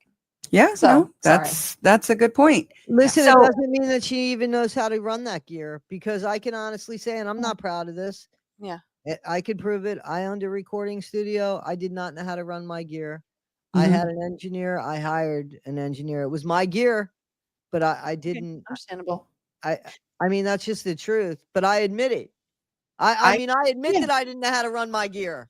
Which You is know what I'm okay, saying? understandable. We don't know what we're doing here, but I'm just thinking, Fancy, again, allegedly seems to not enjoy paying people for their services. So even if she had an engineer, what would that have ended up being like? No. Not What I'm saying, saying is that just because she had the equipment doesn't mean that she had any experience to know how to use it. Yeah. Because Right. you would grab at least one camcorder if you knew how to use it, before you would grab your phone. Doesn't that make sense? Mhm. I mean, you don't have to grab everything, but wouldn't you grab something if you had it? I mean, so that's questionable. I believe it's there, because no reason to not believe Sarah on that. But my question, I mean, Amber thought. Well, I saw a huge tub, Okay. huge tub of And the- stuff, and She I don't doesn't know know what was in the it. tub. Yeah. yeah. It was equipment and files. Okay, so we are going to actually watch. Wait. Your Facebook information is all on that page. I'm not going to show that. Okay, sorry. You look like you're going there. Okay, Yeah, I okay, haven't okay. presented it yet. Okay. I was like, girl. But good catch, all just in on- case. Good catch. Sorry, just in case. she's doxed us more times than anybody else has. Okay, anyway. Okay, hold on. Let me go back. Okay. Okay, cool. Sorry. I've joined the doxing club in the last. I've I joined that say club. doxing loosely. A lot of people read out our court filings. We don't publicly share our last name, or at least we try not Well, to. I have. the Yeah, last- well, I would prefer if you didn't, but yeah. So if anyone's reading out our court filings, I would prefer if you didn't read everything else out. Okay, so here is Sarah's encounter. You're all the way at the end. No, am I? Yes, you're all the way at the end. Oh, There you go. my bad. No, I'm just trying to make sure you got it. That's all. Okay, so Sarah, can you explain to us, what did Fancy say to you to get you to go over there and talk to Mike? Well, you were there. You heard exactly what she said. I just wanna know. hear it from your mouth. That's Yes. all. Okay. She said, you should probably go over there and ask Mike if he wants to give a comment. Mm-hmm. And I was just like, are you serious? That was my exact words. Are you serious? And she was like, yeah, why not? She was like, you're in the media, Mm-hmm. you work for the Goodwives Network, which I love how she says all these people work for her, Mhm. or but she doesn't pay anyone. Mm-hmm. You know, that Nicole on the dance floor, that creator, she did the same thing with her that she did with me, where she was going to send her a contract where if she did this work for her, then she was going to pay her, just like she was supposed to be sending me an NDA and a contract where she was going to pay me and all that stuff, and she never did. So I don't, whenever she says employees, just know it's not, it's slave labor. It's not employees. Nobody's getting paid. But she says, you know, you work for the Goodwives Network. You're part of the media. Why not go over there and ask him? Well, I was, you know, very nervous. And I mean, Mike's like a tall guy. The guy's like 6'5", you know? Yeah, he was a lot tall bigger guy. than I thought he was going to be. Yeah, for sure. Yeah. Okay. And blue shirt guy was probably 6'3". Mm-hmm. Yeah. And so I said, you know, are you kidding me? You know, are you like, and she's just like, yeah. And then she said, I bet you $1 million to go over there and ask him for a comment. And I said, no, again. Yeah, I don't remember that.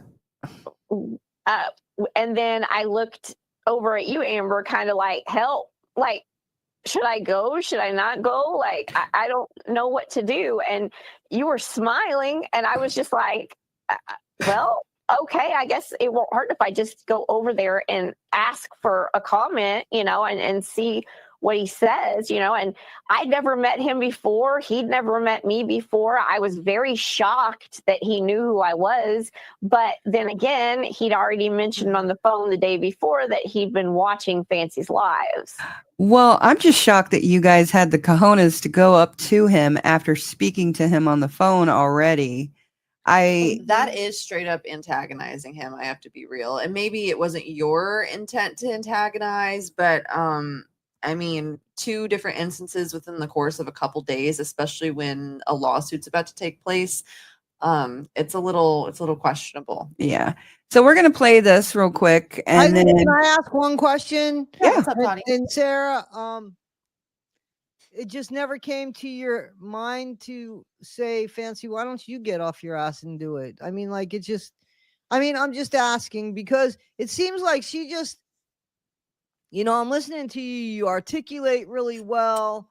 You speak up for yourself. I just don't understand how she like overpowered you like that. And I believe she did. I believe she totally manipulated you. I don't know. You come across so much, and please take this the way I mean it. You come across so much smarter. She never came across smart. I never found her to be smart. She might have had some information, but I mean, you really come across articulate, you know, well articulate, and she just never has. So you just never thought, well, shit, why don't you do it, Fancy? Why don't you get off your ass? And you just never came. I can say I was very much caught on the spot, and I felt like, you know, with Amber sitting there, and they'd already had breakfast together, and they had a relationship that I knew nothing about, because that's another thing I'll say that I thought was bizarre with Fancy Amber, is that she did not want me to have any communication with you. I thought so. And I didn't have much communication with her, honestly. Yeah, so they didn't have a relationship. Yeah, we didn't have a relationship. We didn't have a relationship. As a matter of fact, I thought it was just very bizarre that here's this kind woman who is helping us out and who is going to be there with us to show support, and you don't want me to speak to her or have her number. And that's what did she exactly say, Sarah? What did Fancy exactly say that made you think that she said, I'm taking care of this. I'll be speaking to Amber. You don't need to worry about that. You don't need to get involved. And I said, what if there's a problem or an accident? It would be a good idea if I had her number, since, you know, she's very much a part of this. And I said, you know, I'm kind of surprised that you didn't even tell me that she was coming to court to support us. That's very kind of her. That's very nice. And, with me being the mass media director and all that stuff, like, I would think that, I would be the person that would actually be the person that should have been reaching out to Amber. So, she just basically shut it down. Okay. Any question I had, she shut me down. So I reached out to you on TikTok a couple of times to speak to you about the trip, and you never reached back out to me. I don't recall getting any TikToks from you before the trip. I know there was some TikToks, I think, exchanged between us for the interview. Well, so there was between the interview, and then I was trying to get April to talk or look at the case of one of my cousin's roommates at the time, because it was really crazy. And so I remember sending you that information because it was everything had to go through you initially. Mm-hmm. And then when I started talking to April about the trip, I remember contacting you several times in TikTok trying to get you to answer some questions or something I had. And I never received any replies. I'm sorry about that. I don't know if she told me she would take care of it, or if I just didn't get him or what. But I know that her attitude between the interview, she wanted me to do all the legwork. She wanted me to be the middleman, and do all the work to set things up. But then when it came time for the trip, she didn't want me to have any contact with you. Mm-hmm. She wanted to control that whole thing. I definitely didn't have much contact with you actually at all. And I was surprised at how little communication you and April had. Because I remember the entire time I was with you guys, I don't remember you guys ever really interacting at all, except for during the lobby. It looks like you guys actually did talk before the thing. Not much, but yeah, we talked about a case and some. Gotcha. But when it came to, it was very weird. She really changed the dynamic. She made it very weird. And to answer your question, Toddy, I really got put on the spot and kind of embarrassed, and like told you do your job, blah blah. You know what I mean? Like, I just felt like Fancy's overpowering. Mm-hmm. Well, I do. Listen, I get that. And Sarah, listen, it was almost the rhetorical question, because I've been in situations like the one you're talking about. You know what I'm talking about? Where you feel small and you look towards somebody, Amber, you weren't there for, and you look towards somebody and you look for something in their eyes to kind of get you out of the situation you're in. You painted it perfectly. Again, you are very articulate. Yeah. I'm not going to take that away from you.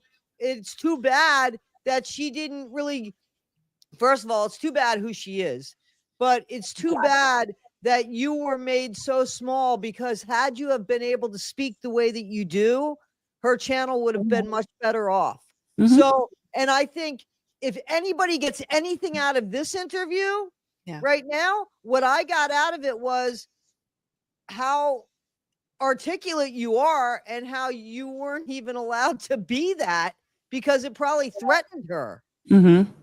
Yeah, I really felt like I was completely blocked out of anything that had to do with Amber and the hotel.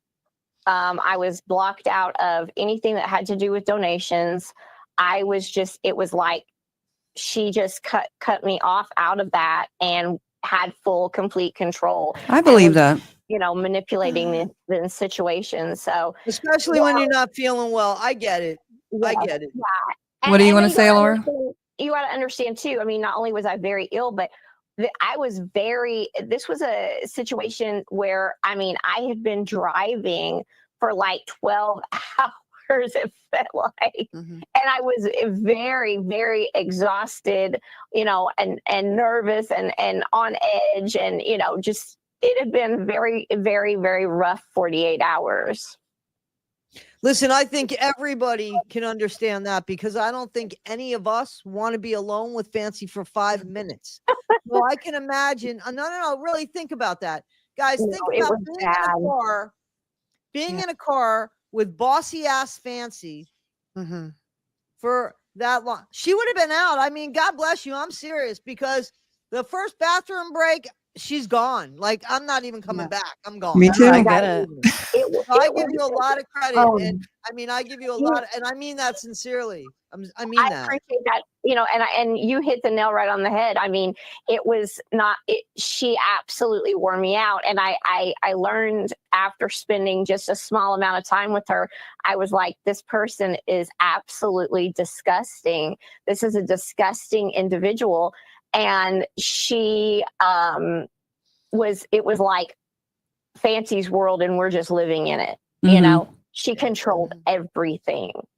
What were you going to say, Laura? Okay, I had a couple things. I'm trying to think. Sorry, it left my brain. Well, one thing is, what was your title within the Goodwives network? Because I have heard you referred to as an associate. I've heard you referred to as a friend. I've heard you referred to as a business partner, as an employee, and all of those things have very different connotations. So if you could set the record straight on what you at least interpreted your role to be. Good question. I was supposed to be doing the social media and marketing for the Goodwives network. So you would have been kind of technically an employee?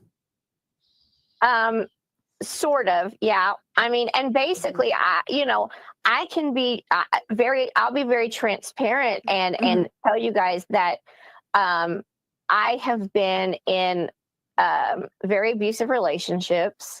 And I was in a relationship with my daughter's father, and I swear he is a ninja level narcissist. He is the king of narcissism. And when I got into that relationship with him, I developed codependency. And so when Fancy came to me, you know, all broken up after she had split with Ryan and stuff, and, you know, she had been talking to me kind of behind the scenes. It was basically like she needed me, she needed my help. And, you know, her ex-partner, Christina, that passed away, you know, she sent me to her, and I'm her angel, and she needs me. And so it was like I fell right back into that codependency trap where I felt like I had to help her. I had to try to make her better. I had to fix her, you know, fix her. And, you know, there ain't enough glue in the world, babe. There ain't enough glue in the world. and so what happened was I didn't fix her. She broke me. Yeah, that's a good way of putting it. That's a good way of putting it. I can totally see that. So we're going to watch this video of you talking to Mike, and then we'll go from there. Oh, where am I at? Hi, good morning, guys. I am here with the media. No, you're not. You're here with Fancy, and you can step right here, or I will have a police call. That's fine. We wanted to know if you wanted to make. You are. You can step away, or I will have a police call.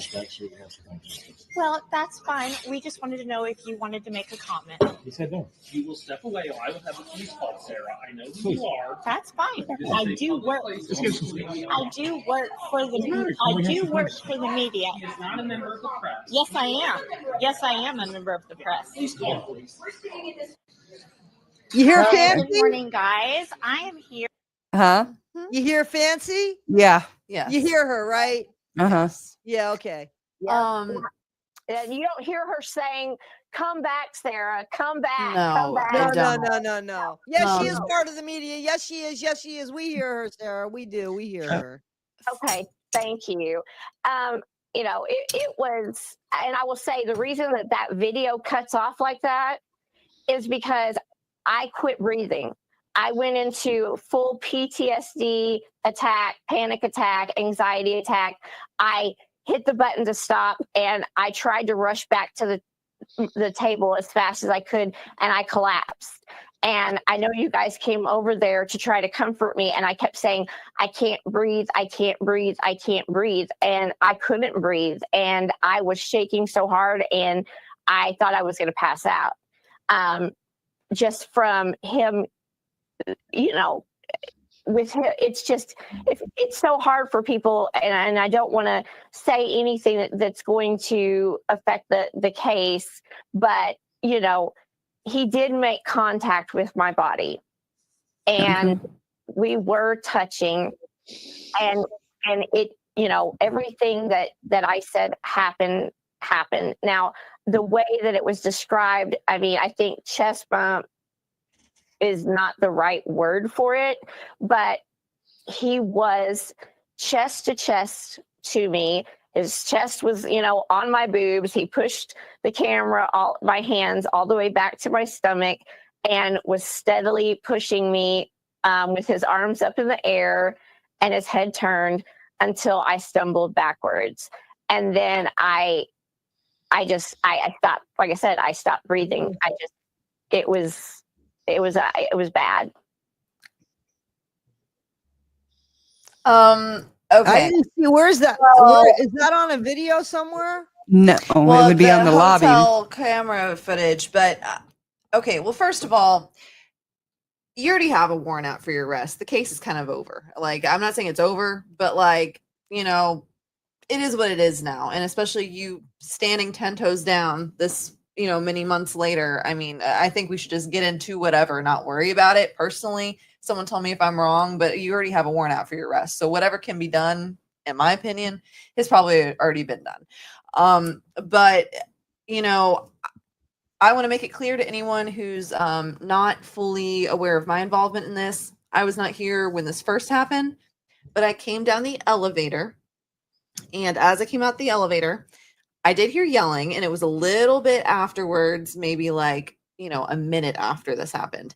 And I did hear a blue shirt guy saying that he was going to call the police or something along those lines, or that they had already been called. I'm not really sure. I walked down. If we ever get the hotel camera footage, you'll just see me just kind of looking like this, like, oh no, is this a great time for me to go over?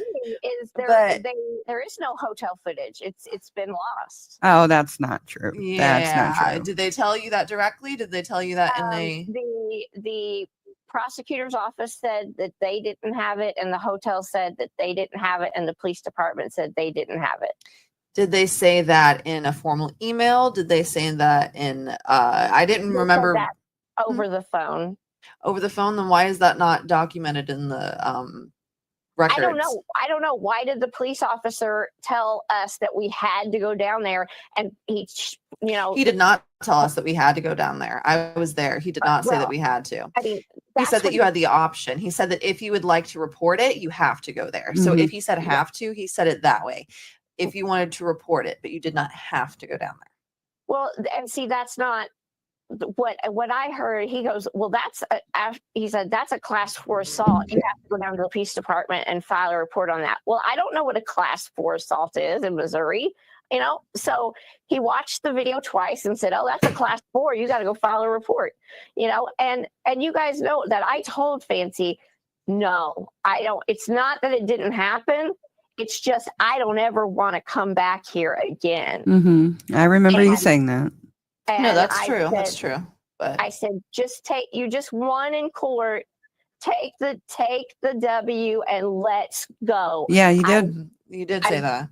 I want to get back to the room because I'm about ready to pass out. And you guys know that in the courthouse, I mean, as I was sobbing in the bathroom.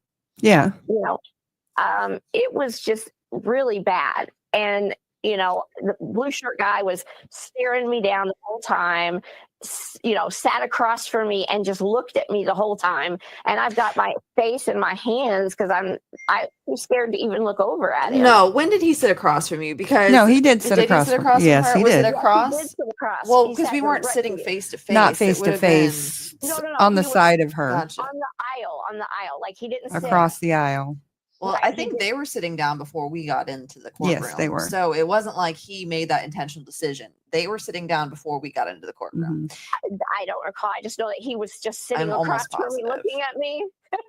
And I was scared and intimidated. And it was not, I was just sitting there. With I my will say face that in my hands. it was definitely uncomfortable, especially how small that courtroom was. Yeah, I can. I can understand, especially after all of that, whether the assault did or didn't happen. I can understand you'd feel very uncomfortable just being around him. Mhm. That being said, again, clarifying for everyone, I was not here for the actual incident. Okay, but please tell me, there have been a couple instances in which you have implied or directly said that he almost was that it might have almost been sexual in nature.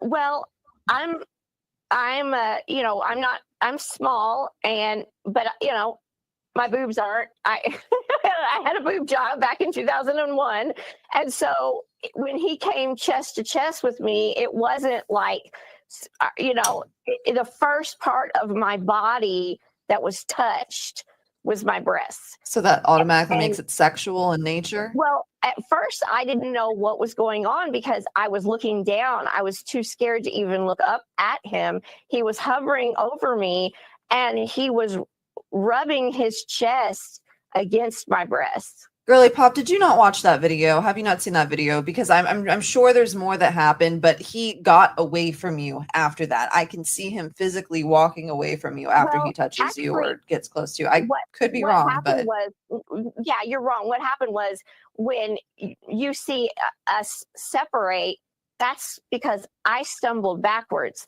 And then instead of going around me to the left, he pivots and goes by me to the right to throw his bowl away and then brushes up against my chest again. So yeah, when you see all blue, that is his chest against my boobs, you know? So when you see his eye, it's because I've stumbled backwards. My question still stands though. As a woman who has also been sexually harassed and assaulted, okay, so I understand, and I don't want to seem like I'm not being empathetic because I empathize and I understand. Trust me, okay? But what I got from that interaction is even if everything that you're saying is 100% true and he did brush up against you again, I personally, from seeing the way that he acted in that video and just knowing how, I don't know, I just personally cannot see it being sexually motivated in any way, personally speaking. It may not have been. It was just that is the part, that was the part of my body that he was rubbing his body against. Mhm. That's where he made contact. Okay, so so moving on from there, when you guys got in the car, why didn't Fancy ask to see the videos? I don't know why she didn't ask to see the video. I mean, just like I just to kind of lay the scene out for you, Toddy, you get a kick out of this. I'm literally outside of the courthouse crying, talking to a police officer, watching this video over and over again while Fancy is doing freaking somersaults across the courthouse lawn. She's literally running around like a maniac. I don't know. I mean, she was running around. She was doing all kinds of crazy stuff. Also, I'd like to say, wait a minute. Well, you're not going to go over that one. Sorry. She's having a good time. I remember her going like this and like. Oh, I don't remember if she actually did that or not. What was she doing? Was she videotaping it? What? Well, yeah, she was TikTok live. And then she had you guys take pictures of her too. Yeah. Oh yeah, I have pictures, and you'll notice that I took pictures of her with her. I took pictures of her. I took pictures of her and you, but I did not want a picture with that bitch.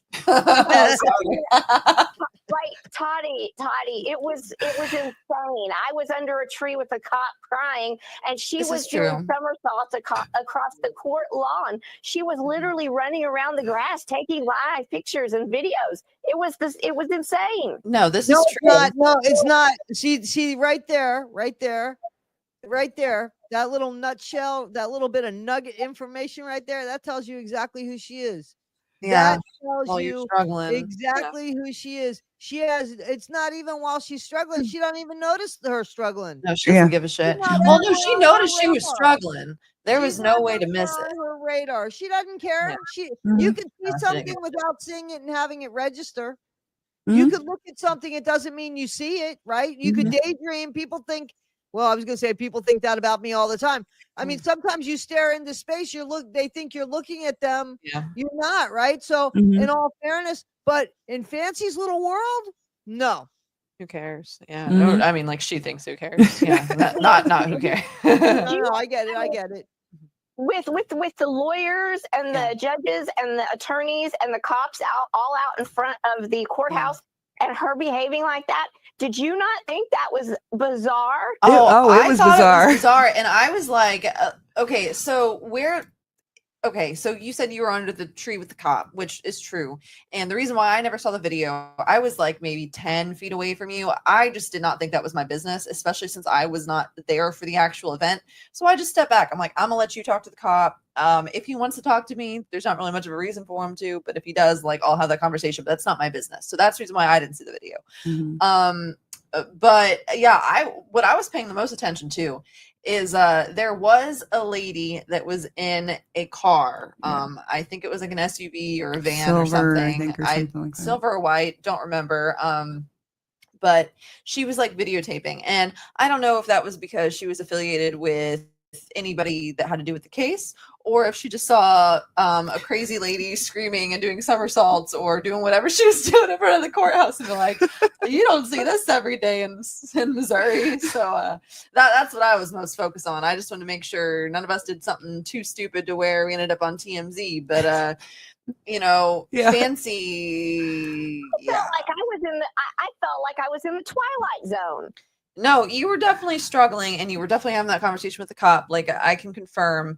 But as for like Fancy knowing that you're struggling, like I remember us all being in the bathroom, and you were definitely having a panic attack. And she was like, "Oh, sweetheart, sweet Sarah, don't you worry. It's all gonna be okay. We have it all in the bag. You just have to go and file the false police report." File the police report.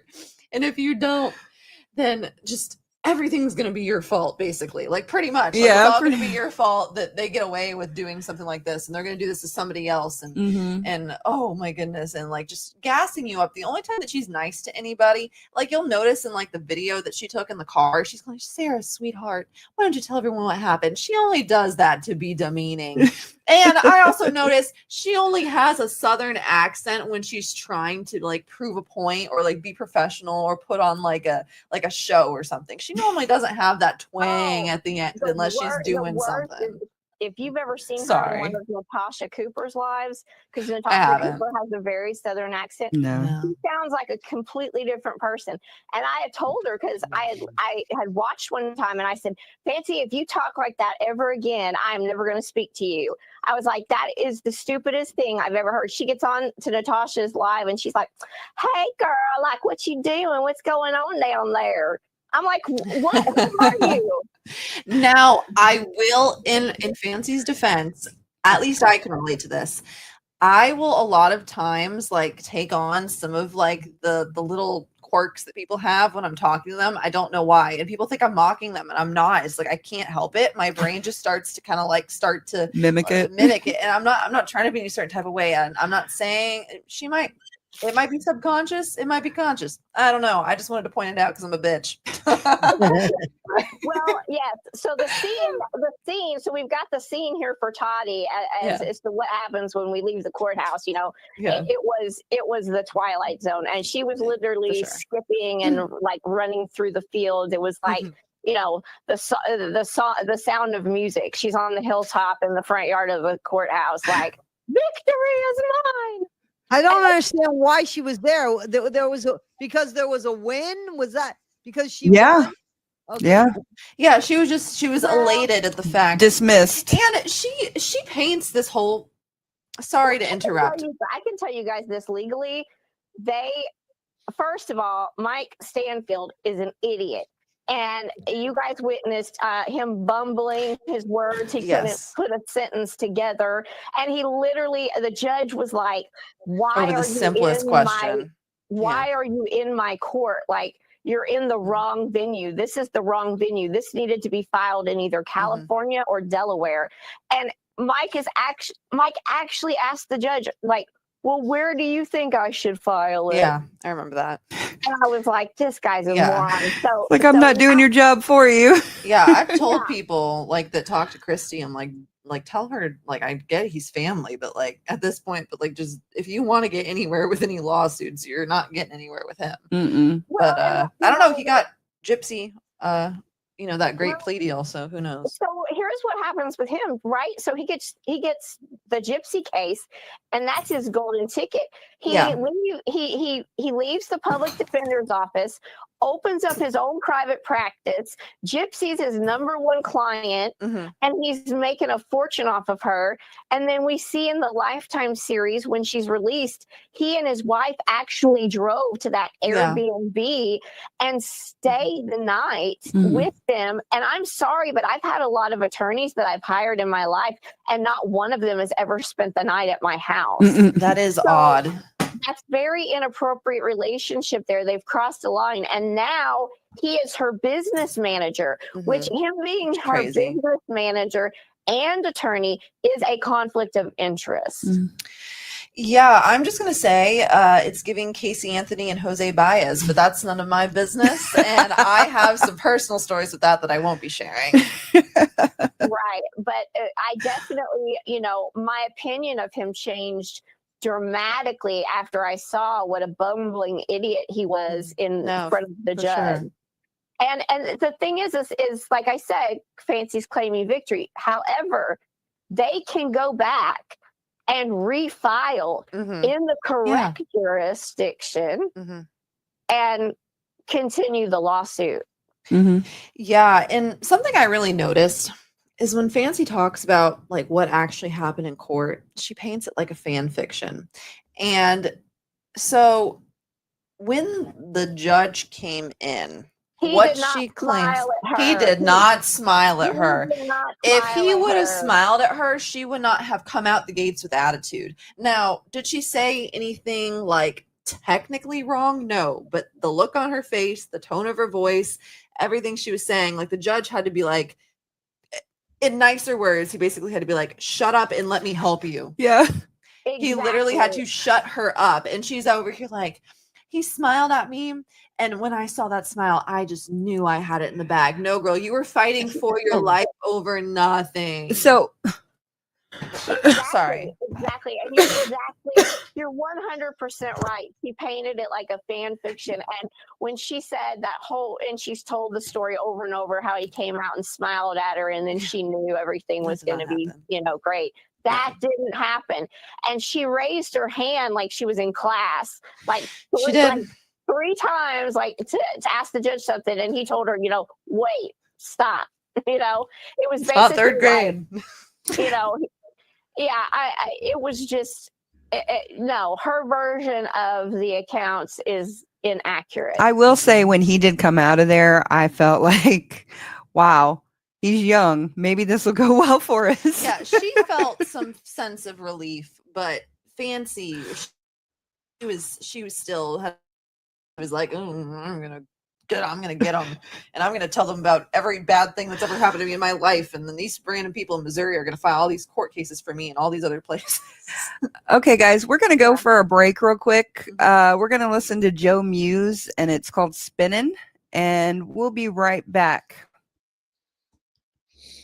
If it works. It did.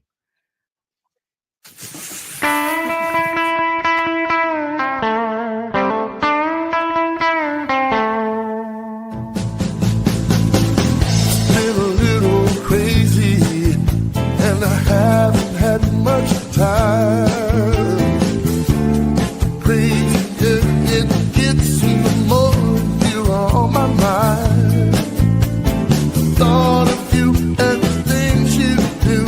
got me spinning. Never thought I'd find someone who sees things the way I do.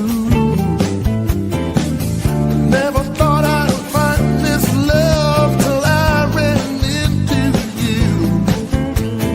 Filled the hole in my soul, got me spinning. Got me spinning around and round. My feet under where is around, and I'm spinning. Yeah. I'm spinning.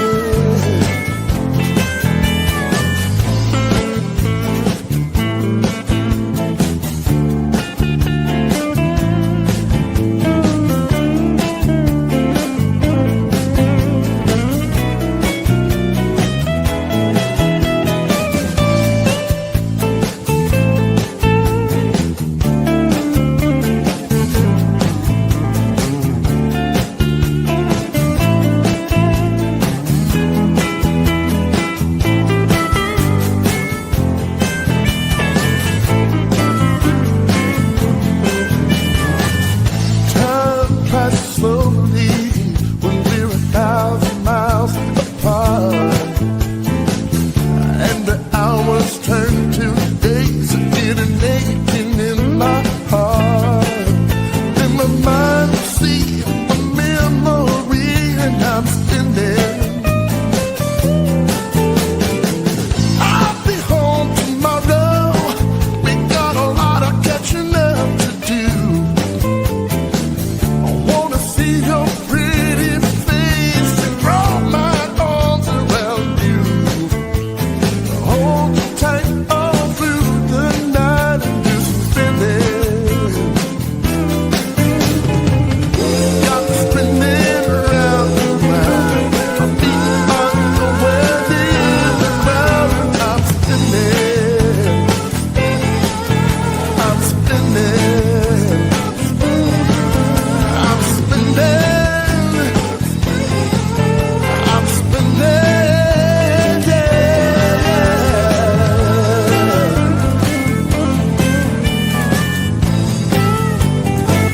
I'm spinning. Yeah, yeah, yeah. I'm spinning. Yeah. Don't you know that I'm spinning?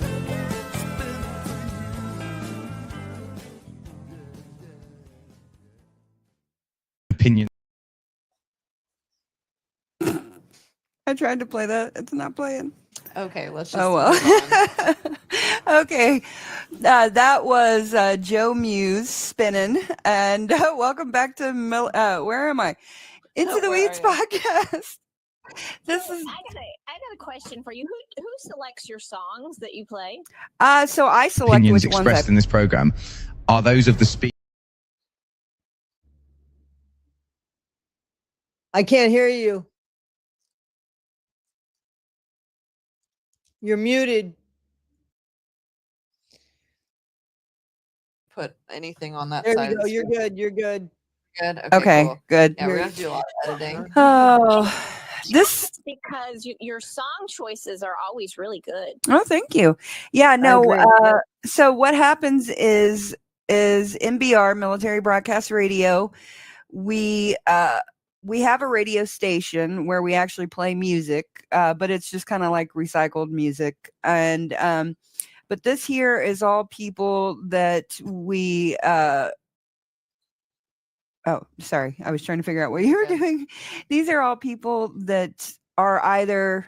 You just turned me way down. Sorry, Okay. I'm just you're like it's way too loud in my ear. I just Okay. don't know. Do you know which one's mine? Anyway, just keep talking. It's fine.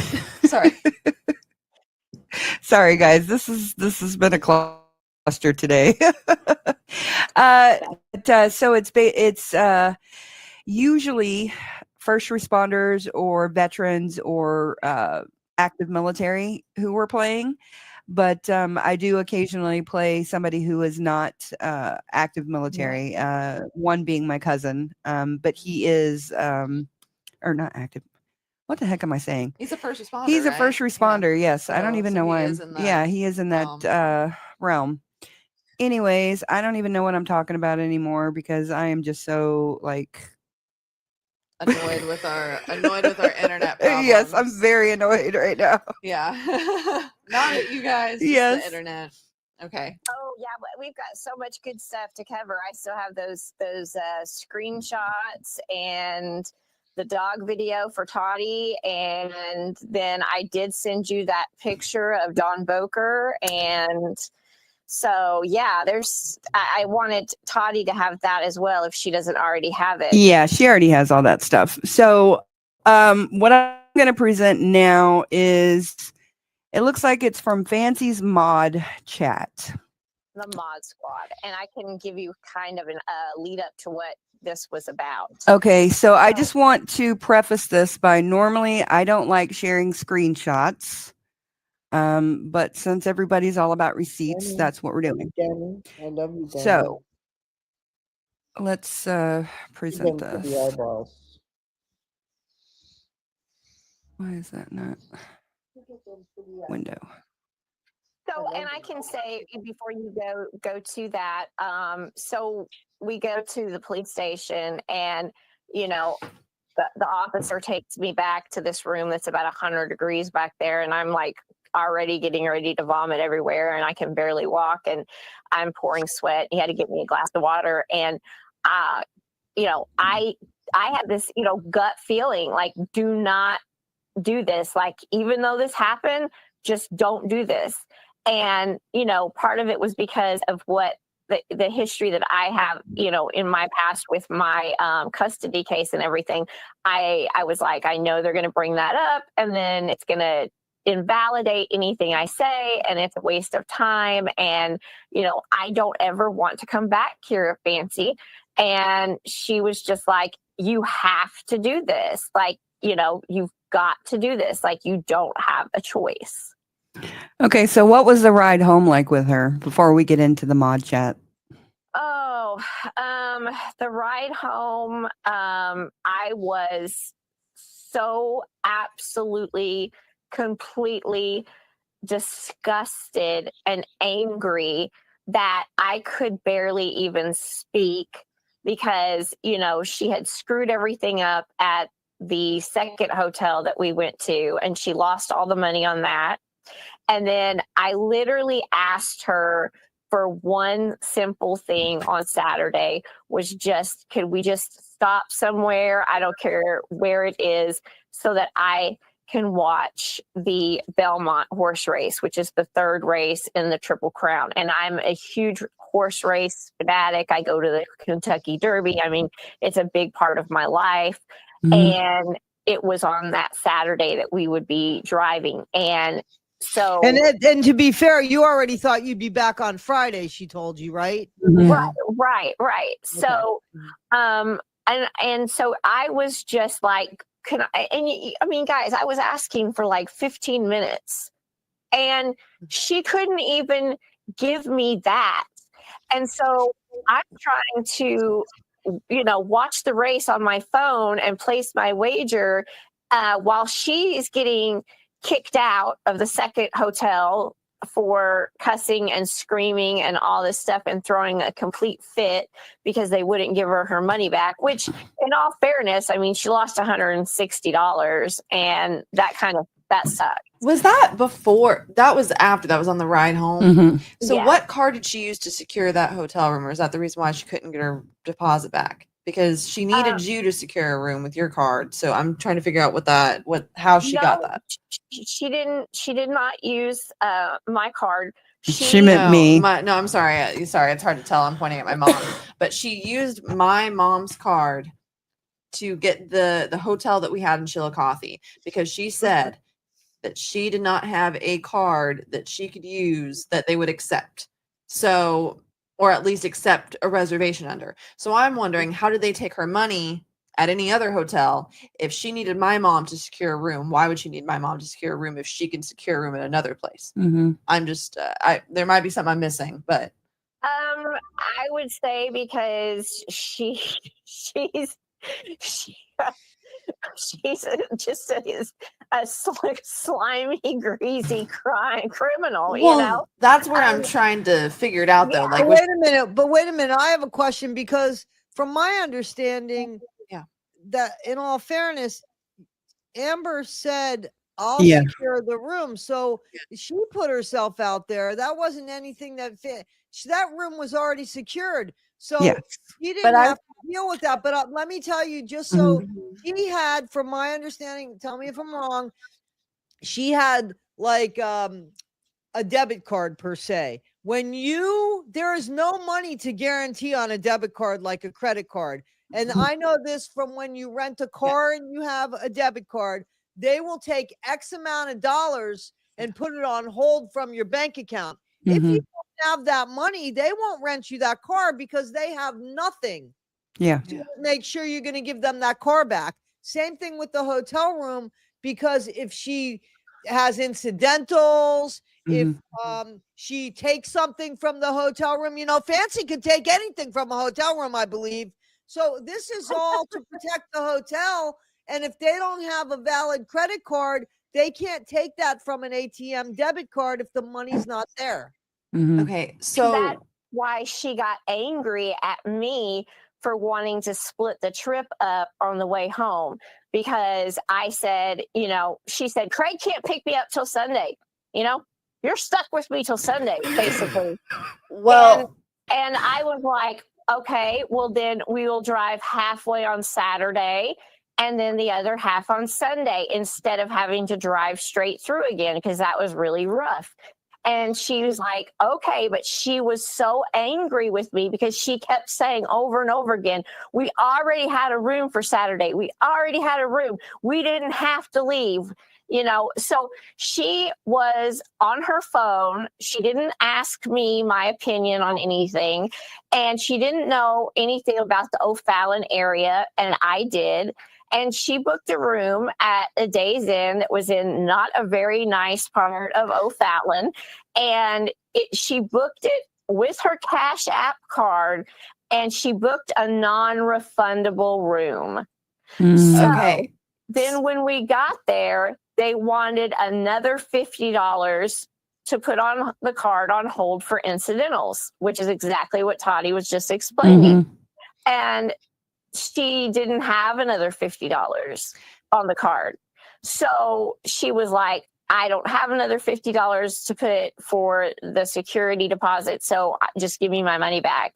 And they're like, nope, you booked a non-refundable. So she lost all that money. And I believe she probably got that money back at a later date, to be honest with you. Well, I believe actually the Cash App will not, she put in a request to Cash App to stop payment on that and to refund her money, and they refused.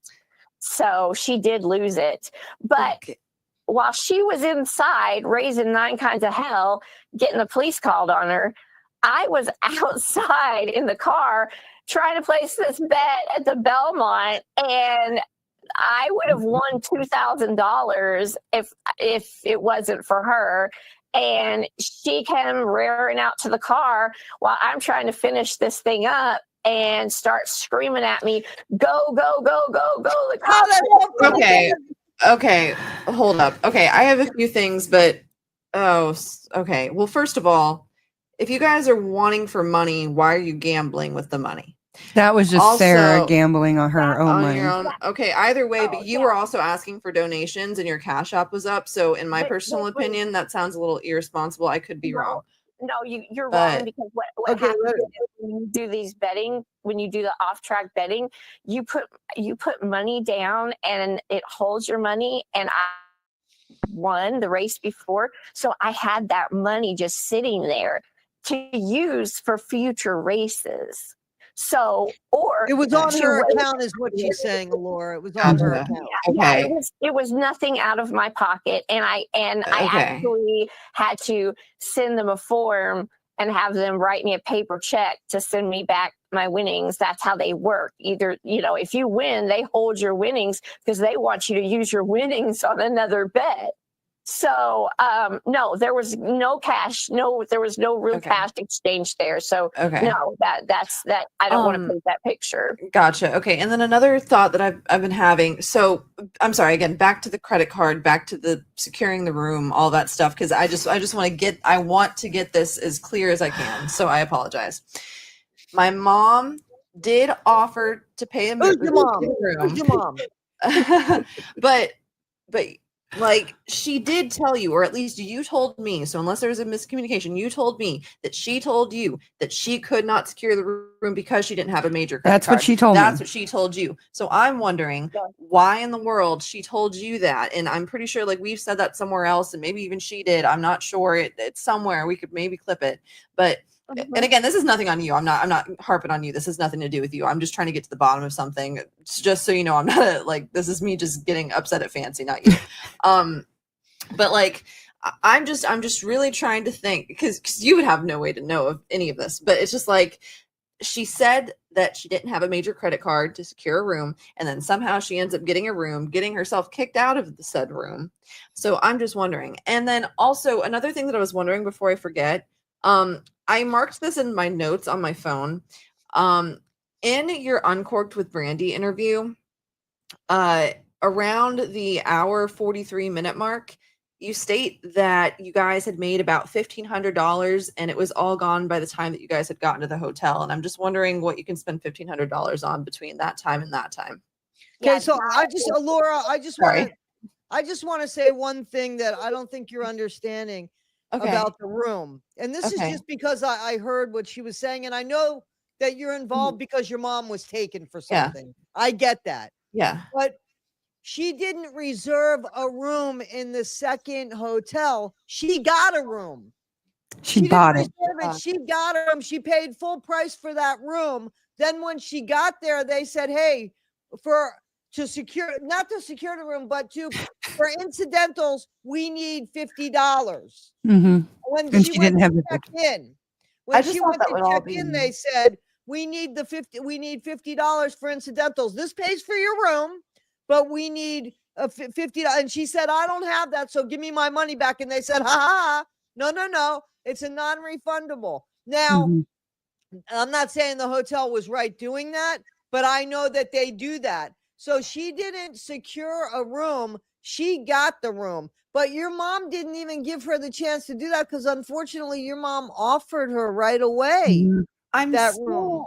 kind of confused, and I'm sorry, I'm not trying to make people repeat it over and over again. I just want to get to the bottom of it, so it's not a question I ever have to ask again, and I can leave it in the past. Okay, so for the second hotel, it being a lesser quality hotel, they accepted the cash. They accepted more. And she was a dumbass for booking a non-refundable room, and then because she wasn't using a major credit card, they wanted to $50 more to put on hold. Now the hotel that your mother booked was a nicer hotel, the Marriott, it was in the Marriott. So it was like, what was it? The Hampton Inn, which is Fairfield.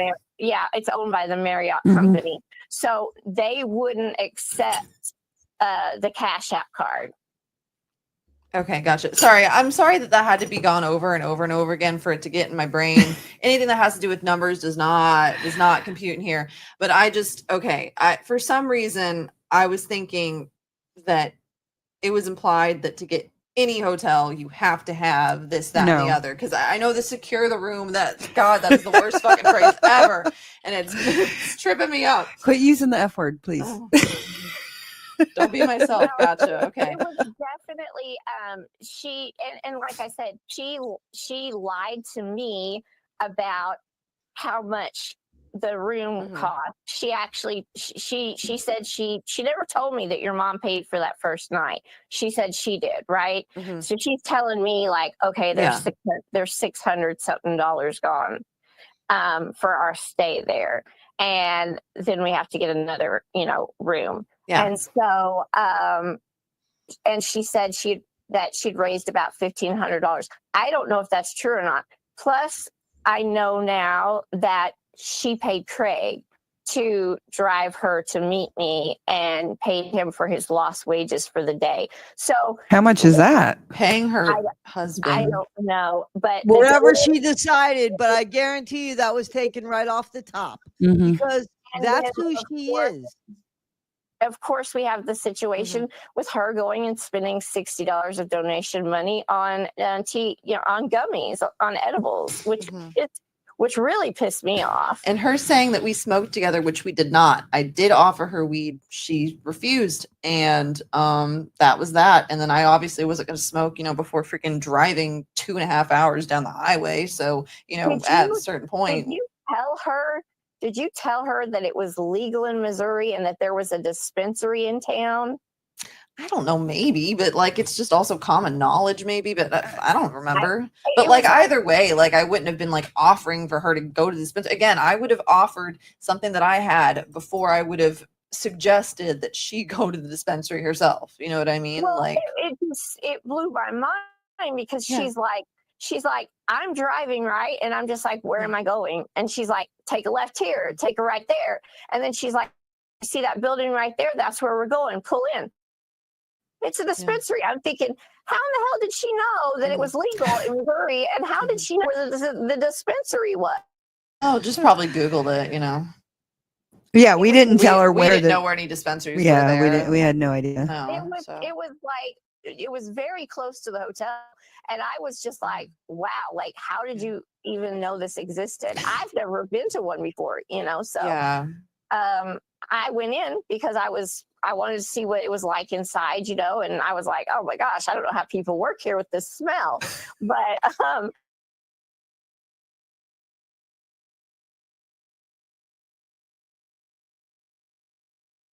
the best, and because he buys her gummies all the time. Mm-hmm. So like I said, and you're asking me at that point in the conversation with Brandy as to what the amount was and all that stuff, that is what I was told, and I could only go by what I was told. Well, yes, and I totally agree. But I'm just thinking, again, just quoting what I wrote here, and I probably didn't write it verbatim, but it just says that you guys made about $1,500 and it was all gone by the time you got to the hotel. So even if you weren't seeing every individual transaction, just thinking about the ride you took, the places you stopped, can you imagine any way that you guys might have spent $1,500 between her getting in the car and you guys getting out of the car? Well, the hotel would have taken at least $500 to $600. That money wouldn't have been, again, just the way that it was written in or said in the video, it made it sound like you said before you got to the hotel. The second hotel? I wrote it in a certain way, but the way that I interpreted it was our hotel. I could be wrong. Again, Okay, yeah. I'm only asking for clarification, not an accusation. I don't think it's you. I'm just trying to figure out where it might have gone. Not your hotel. Not our hotel. It was the next hotel. We can't hear you. By the next hotel. Yes, by the next hotel. Okay. No, not your hotel. Okay, sorry. I'm just trying to get it in a timeline in order. I'm not because okay, so then after she gets kicked out of the second hotel and loses all that money. That is when, and I was like, I don't know where you want me to go. So I literally just left the hotel parking lot as she's cussing me out and screaming at me, and for no reason, and saying the cops are on their way, which we never saw any cops. But anyway, I just went up the street and pulled into a bank parking lot, and I was like, I have to get out of the car. I have to get away from her right now. She just cost me the Belmont. She's raising how she's getting cops called her on there in here, and she's screaming and cussing me out.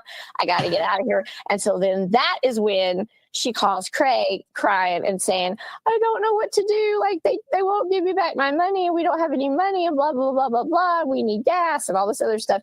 And he says, just get back on your TikTok and start asking for money. And I was like, I'm out of this car. I'm out of the car. I seriously got out of the freaking car. And that's when she began her crying, screaming rant on TikTok, asking for more money.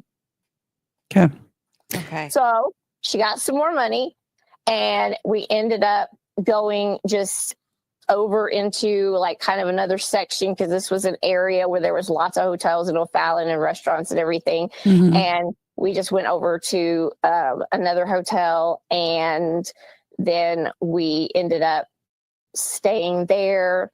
And I literally almost left her there. I swear to you guys, I almost left her there in O'Fallon. Should have. Because, yeah, right? It's no fault of your own, but I would have. I had told her, okay, like, we have to get gas. I'm on empty. And when you're driving, your gas is more important than your hotel or your food, okay? Yeah. Priority list. Mm-hmm. And so I'm taking my sleeping medicine, still sick. And I am trying to doze off. And she wakes me up and says, okay, I figured it out. Now I know why we didn't have enough money for the second hotel. It's your fault because we had to fill your car up with gas. And that was $60. Mm-hmm. And I said, Fancy, that doesn't make any sense. Gas is the most important thing that you need. That's more important than the hotel or the food. Mm-hmm. She stands at the end of my bed. She pulls her hair with her hands up, all the way up in the air, and starts screaming at the top of her lungs, shut the fuck up, Sarah. Just shut the fuck up. Shut the fuck up right now. Wow. And I was just like, oh my God. And I just like pulled the cover over my head. I was like, I was literally ready to knock her out. I was like, if I had not taken my sleeping medicine, which was starting to kick in, I would have gone ahead and loaded my car up and said, call your husband and tell him to get you an O'Fallon. Mm-hmm. Because I've had it. Yeah. I have had it.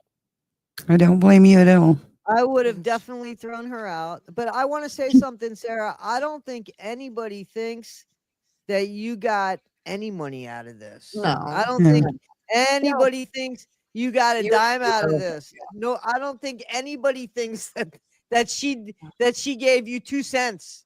I don't think that. No, I mean, Just she so you even know like, that nobody thinks that you walked away making a dime or even getting a meal. It seems like out. no, as a matter of fact, like she said, with And a with my kidnapper always needs gas, stupid. Nancy, your kidnapper needs gas. It's very important. right. Important part of the kidnapping. It's the only kidnapping in history where the kidnapper was saying like Let her get the gas to take her. allegedly. And the kidnappee had a gun. Allegedly. And she was saying, yeah. She made me spend my own money at Walmart, and she talked about it on a live because she said, you would not believe how much she drinks. And I'm like, yeah, because I have lots of health problems, and I have type 3 diabetes, which is a very rare form of diabetes. Oh, you mean just liquid, not alcohol? Yeah. Okay. Yes, Okay. like Gatorade. Driving. Yeah. Right. You're good. Sprite Zero, Diet Coke, Gatorade. I try to drink as much Gatorade as I can, because that's another thing. Fancy does not have diabetes. That's another illness she claims she has. She does not have diabetes. Allegedly. Allegedly, yeah. Right. For entertainment purposes. She gobbles up Coca-Cola. You guys haven't seen. I mean, it's not Diet Coke. I've seen. Yeah. I mean, it's like exactly. She's getting a chocolate shake and a Coke at Hardee's, and all I'm getting is a Diet Coke, and she's getting her curly fries and her double cheeseburger. all the carbs, yeah. Mm-hmm. And so, right. And I'm like, is she going to go into auto brewery on me? Well, with the auto brewery, she said in like a couple times that she doesn't even drink, but we all saw her on Tasha K down in it, and Tasha K, she was spilling the beans. Like she's like, yeah, this lady asked for another bottle. Right. She said, that's another thing too, is the Tasha K thing. Yeah. So that, happened right after the trip to Missouri. Mhm. And, you know, she was always making me, like I said, be the middleman between all of the people that she went on lives with and did interviews with and talked to, with the exception of Tasha K. She just calls me out of the blue and says, so I talked to this podcaster and she's going to pay to fly me and Craig down to Florida, all expenses paid. Now, Craig supposedly has terrible COPD and is on a lung transplant list, but he is going to travel and go to Florida in that humidity. And I was like, and I asked her, I laughingly asked her, I said, why wasn't I involved in this negotiation, right? Like, this is kind of weird. And I can tell you right now, after my experience with her in Missouri, there is no way in hell that you could have paid me to go to Florida with her. No way. No, that's fair. Freaking no way in hell. Yeah. But it was just weird the way she cut me out. So she goes back after I, you know, send this message that you're going to read. And I officially leave the Goodwives network, and which was for several reasons. The book was one of it, because the book was a complete travesty, and I was going to be featured in the book. She wanted me to write a chapter on Gypsy Rose's influence on social media. And then she also had me interview her daughter, Sarah, who went with her down to Louisiana to interview the whole family. And I was supposed to write a chapter about that interview. And when I saw how terrible the book was, I did not want my name attached to it, because the only thing that had any type of quality or merit to it would have been my chapter on the social media, influence with Gypsy Rose, the interview with her daughter, and then Colleen's chapter. And you've got to understand, at this time, Colleen, her, medical professional, the nurse, she was trying to leave Fancy and the Goodwives network too, but she was too terrified to. And she had been talking to Kendall for a while about getting away. And then when I was saying, I'm out of here, then she and I started talking, and I told her, you don't have to do this alone. We'll do this together. Like, get your name off that book, because I have a feeling that everybody that's associated with this book is going to get sued. So get your name off the book, And so she kind of had to play along with Fancy long enough to edit the chapter where she wouldn't get sued and take her name off, because, Fancy was advertising that you could spend that extra, $10 and get Colleen's signature or her signature. And I said, don't you dare sign anything. And so she had to battle with Fancy on that to get the autograph deal taken off. So we both left together at the same time. So Fancy went and said, she won't say anything bad about Colleen, because she still thinks she can manipulate Colleen and get her to come back. And that's never going to happen. But for me, she said the reason I left was because I was butthurt that I didn't get to go to Florida with her. Yeah, we heard that. I got to ask you something, and this is coming out of the blue. These guys don't know about it, so I'm sorry. I want to ask you. No, you're good. I want you to be honest with me, as because you seem to be totally candid, and I don't need to tell you how important this is. Okay. Yes, ma'am. I need to know if you know anything about Fancy. Now, I'm not talking about Dawn. So we know that she had influence over Dawn to manipulate Nick. I need to know, was there anybody after Dawn that went in there in any way, shape, or form that you know about, that she told you or shared with you, that went to manipulate Nick or NPG Cornerstone, and if there's any affiliation between them? I do not know about any affiliation with MPG Cornerstone. To me, it's kind of a really weird mystery that none of us can find out like who's truly behind it. It's very odd. They hate Fancy. They hate Natasha. They don't hate Bree. Fancy. No. They do not hate Fancy. Yeah. They don't hate Fancy. Something, yeah, they did last year. But they don't hate Fancy. But anyway, so go ahead. I'm sorry. So I can tell you what I was told was that, you know, Dawn, I would say, you know, she was a very broken person. She I'm going to say allegedly because I don't want to get in trouble, but she did have a criminal history. She did have an issue with drugs. She had kids. She needed money. She was in a desperate situation, and somehow with Fancy. And so Fancy and Gypsy and Chris helped her write emails and letters to Nick, and Christy bankrolled it because you can see the letters from Dawn where she's asking to be compensated for her time. So Christy put up the money to pay her for doing this. And then, you know, Fancy helped her and all that stuff, and they helped her write these, trying to do and say everything they could because Gypsy knew how to manipulate Nick. She knew what to say. So she would tell, you know, Christy would tell Fancy what to tell Dawn in these emails and letters so that they could trigger him.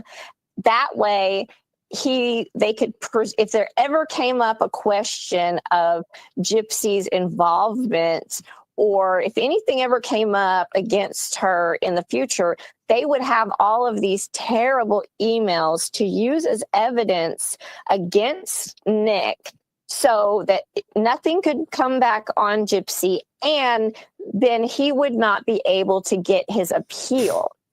So they were basically, just like Fancy says, we're going to bury him. He's never going to see the light of day. Now she tells me this, right? And I'm thinking this is horrific. And she just blows it off and says, but that was when I used to think that Nick was bad, but I don't anymore. So it's cool. Okay. Oh it's okay now. I don't think that anymore. So my views have changed. And now, you know, and she actually, you know, cried to me a couple times about how she felt guilty for burying him like that and doing that to him. But yes, it was Gypsy and Christy and Fancy. And then I believe Amanda helped out as well. But yes, they paid her to write this and, you know, be his girlfriend, pretend girlfriend, and try to get him to say terrible things. And so they literally kind of tortured him. You know, she would jerk his chain all the time. Oh, I believe that. Allegedly for entertainment purposes only. Sorry, continue. Right. So you know, he's already in a very high stress situation. Mm-hmm. And, you know, he's been through hell. His mother has passed at this point. You know, the guy went on a dating site to look for love, and look at what happened to him. Mm-hmm. Right. That just breaks my heart. And yes. And it should break everybody's heart, because anybody who has a kid like him, anybody who feels vulnerable like that, there are people that prey on people. And then that's not enough. That's not enough that we put them away. Let's just keep them there forever with no hope of anything. Let's just keep torturing him. Just make his life a miserable hell. Yeah. Right. Can't even find peace behind the fucking bars. Sorry. He thought that Dawn, at first, you know, he was calling her his best friend. And then, you know, they want to bump that up, push it harder. You know, now you want to be, you know, girlfriend. And so here he is behind bars with little to no family contact, and he's going through this all by himself. I mean, his head's a mess, you know, and he's still hung up on Gypsy. And what I thought was just so sick was that this gave Gypsy an opportunity to torture him more. And it just disgusted me. Absolutely disgusted me. And to imagine being part of that blows my mind. But then for her now to completely blow it off, it's no big deal because she changed her opinion. And I can so let me guarantee just tell you something, Sarah. I want to be 1000% clear. I'm showing this. I'm going to show this because there's two things going on here. One thing is Gypsy, I don't know if she wasn't out on parole, so she was incarcerated, right? Writing to another inmate who was her co-defendant. She shouldn't have been doing that. That would have fucked up her parole. Mm-hmm. Well, So that's number one. The messages were it wasn't Gypsy straight. It's a form of communication. It's a form of communication.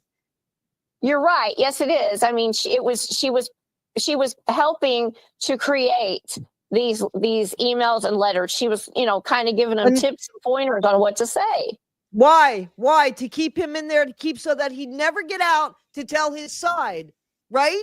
Yeah, right. Well, so he wouldn't be able to win an appeal.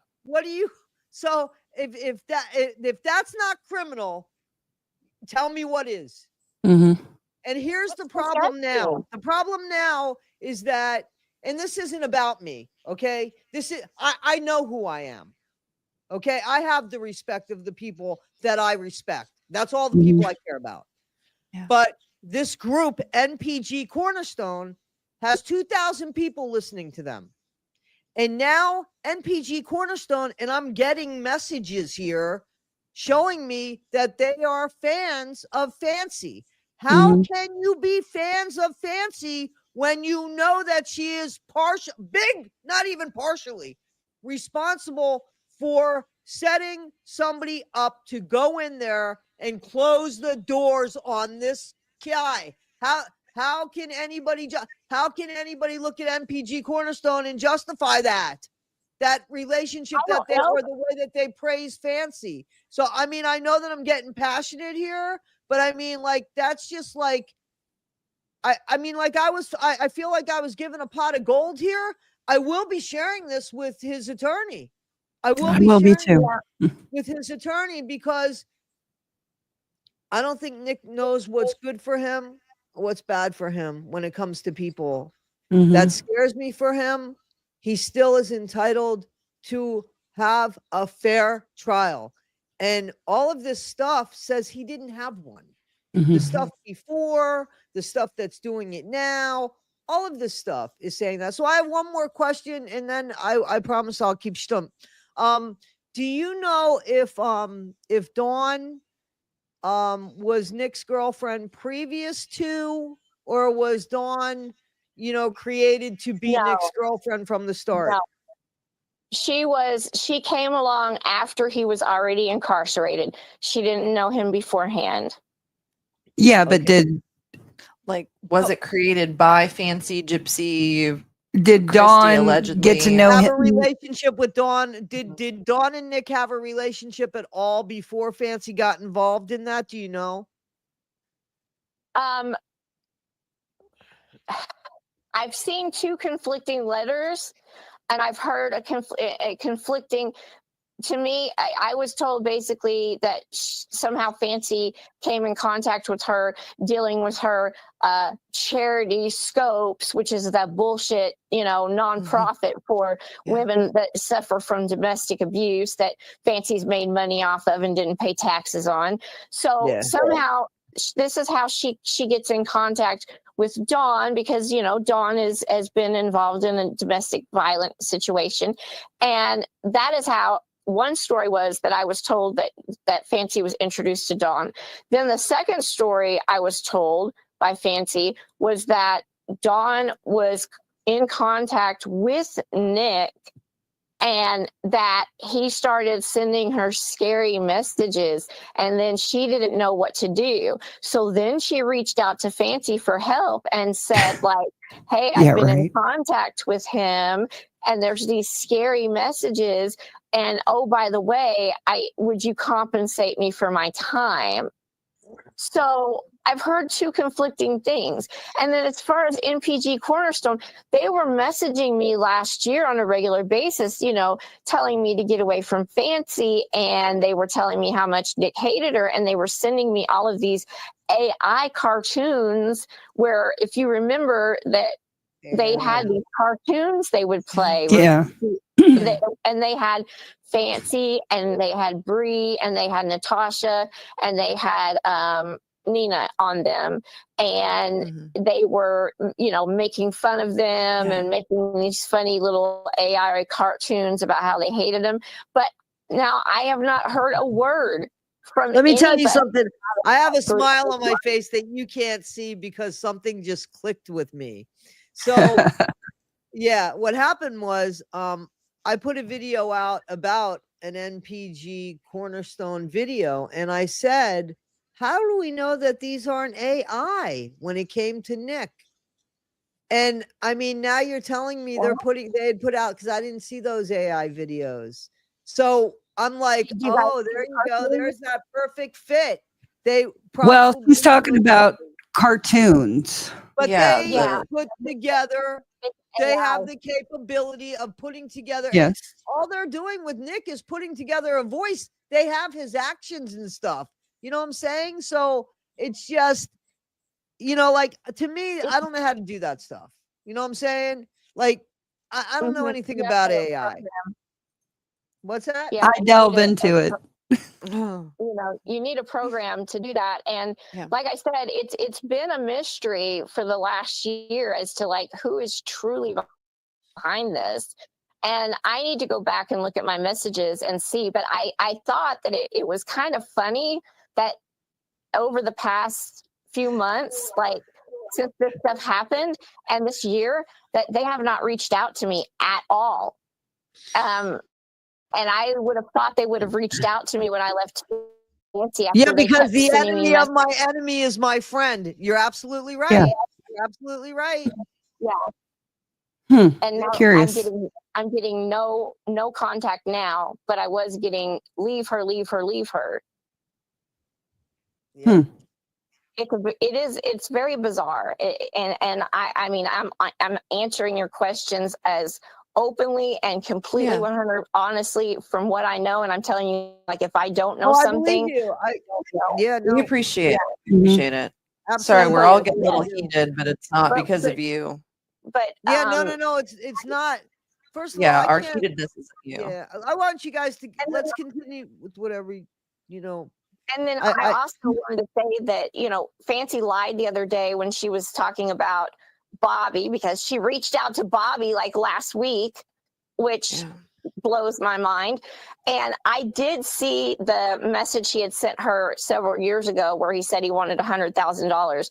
But then in her video she just put out last week, she said it was 100,000, then it was 500,000, then it was $1 million. That is a but lot. he did say that. He honestly, he said that in Morbid's thing.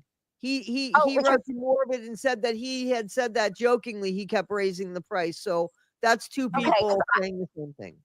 Okay, because I only saw 100,000. I only saw that one message for 100,000. So I was like, why is she exaggerating? You know? So, but she seems to think that everything she did with Dawn, and then of course, you know, she threw her to the curb. And I believe, Toddy, that you had said you had done a post talking about, is Anne Amanda? Yeah, she is. I found out afterwards she was. Somebody verified that. I was like, okay, well, I went with instinct. I was right. You were right. I posted a comment in the video and I said, Anne is Amanda. Okay. And I got a few people, so thank you for that. It made sense, right? I mean, it made sense. Right. And basically her, her baby daddy pretty much kidnapped their kid. And she goes and ends up living with Fancy and Craig. And I heard that they had a blowout because Fancy and Craig allegedly were wanting to have a threesome with her, and she didn't want to.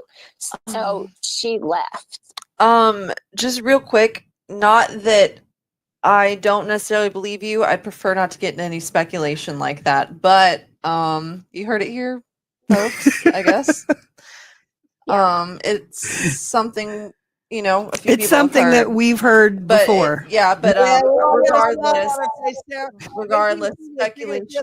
Smiling at certain times. So I have another question. I'm sorry, but we're having fun. Talk all you want, Toddy. You're on here as a guest. So my question is, when she went to bed that night in the hotel, was she wearing anything?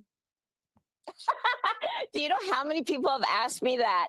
Because Christy Blanchard, had told everybody that when they stayed together and slept in the same bed, she wouldn't wear any clothes. And Christy, I'm going to say this now, allegedly, she felt like Fancy was hitting on her.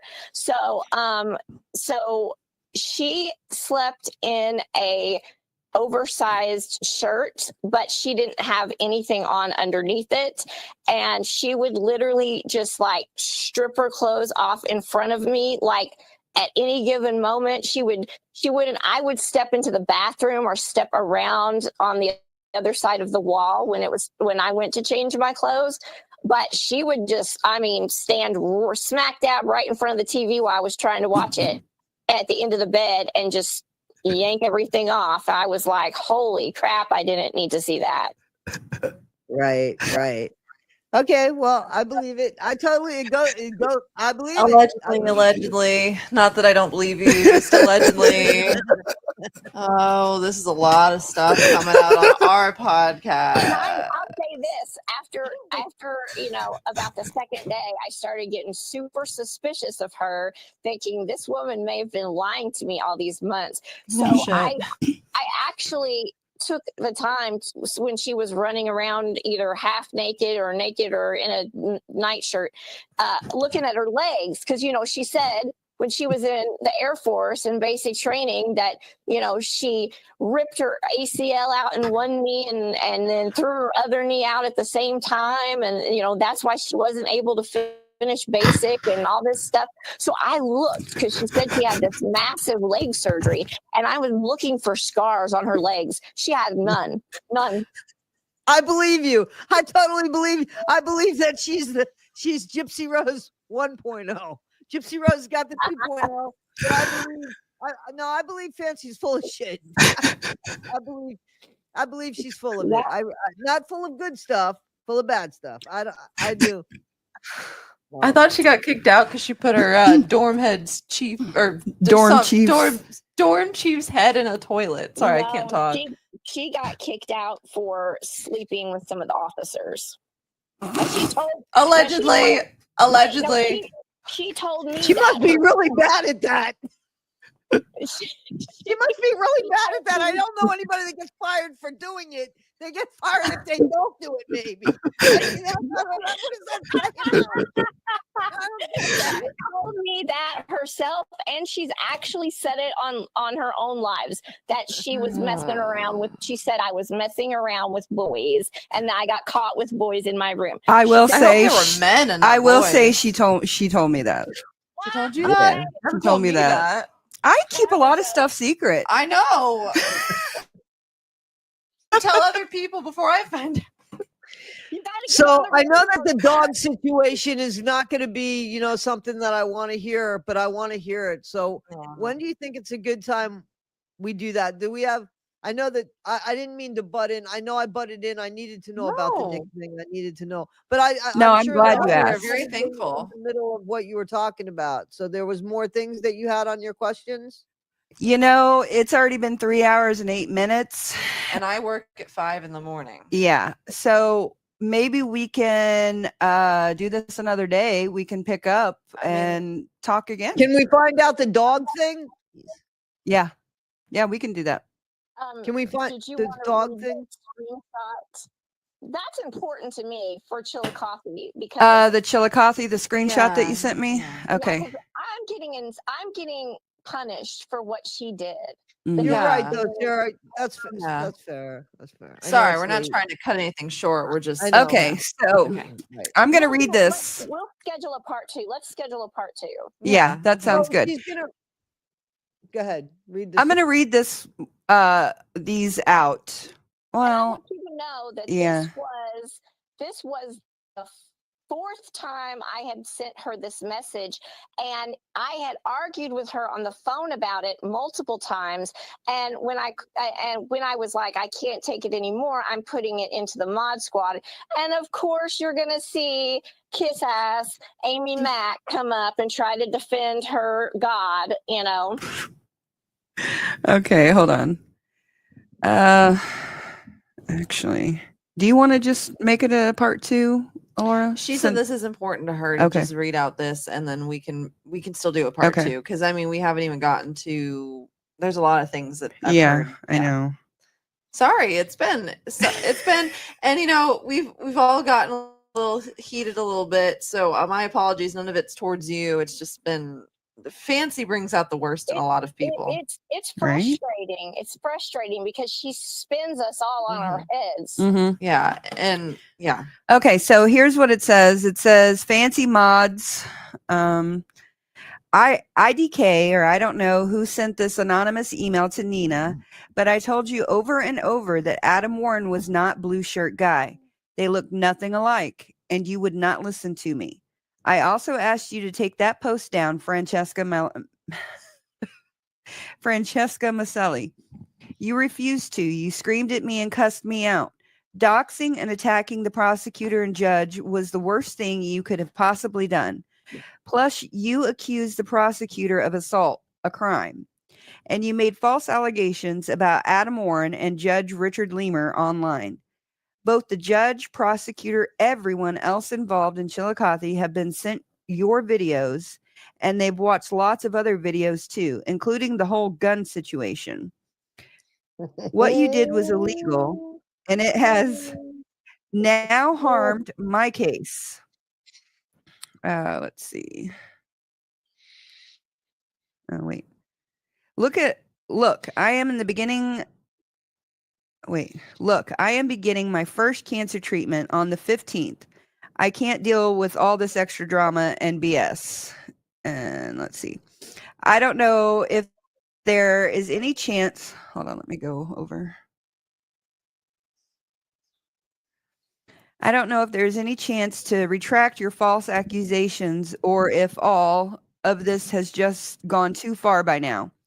I've heard that the prosecutor is trying to press new charges against you.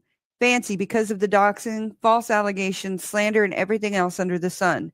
So that's why I'm highly suspicious that Jane actually got the judge to approve us for a WebEx Zoom first appearance. Did Jane send you the link? If so, I need it now. And if Blue Shirt Guy is supposedly a retired... Oh, and FYI, Blue Shirt Guy is supposedly a retired FBI agent. And his name's there, but I'm not going to say it. And then Fancy says, Sarah, shut up. Like, serious, shut the F up. I don't need your BS today. I've had it with you. I've tried to call you for 3 days. Okay, can you go to the next one? Yeah. Sarah, I did not dox anyone. I was not who stated it was the DA first. I'm telling you right now, if you say one more word tonight in here, you are not going to like what I have to say. And you say, what? I literally talked to you the night before last when you were high on gummies. Oh. Yeah. Okay. Thing on here, so. No, that's all right. You just have to find it. It's and then Amy says, oh, so you're just going to do this right here? And then Fancy says, 5 seconds from blocking you, we have had a wonderful and highly productive day. Then you come in here seconds after I post the refiling with this nonsense we all know about 2 days ago. So 2 nights ago, we talked for half a second and I told you I'd call you. I did, and you have not called me back or answered my calls, but then you storm in here like this. This is not the place for this, but now you've made it a team problem. I even tried to ask you to step back because of your health and refused and begged me not to do that. But now you want to play the you don't need extra stress. You are the extra stress. If you had just listened and done your damn job, this would not have happened. Now they are going to tie this into why it's Missouri's venue, but none of it's going to stick. I already filed a motion to the court and also asked them to give me a portal link for me to be able to file motions, which they are working on. But you tell me again how Jane is untrustworthy. Who is in your ear, the DA or Amber? Yep. How would you like to be talked to like that in a group? Oh, I'm sure. Yeah, no, you got ganged up on 100%. Oh, I mean, everything she said was a lie, and then, like, you know, it was.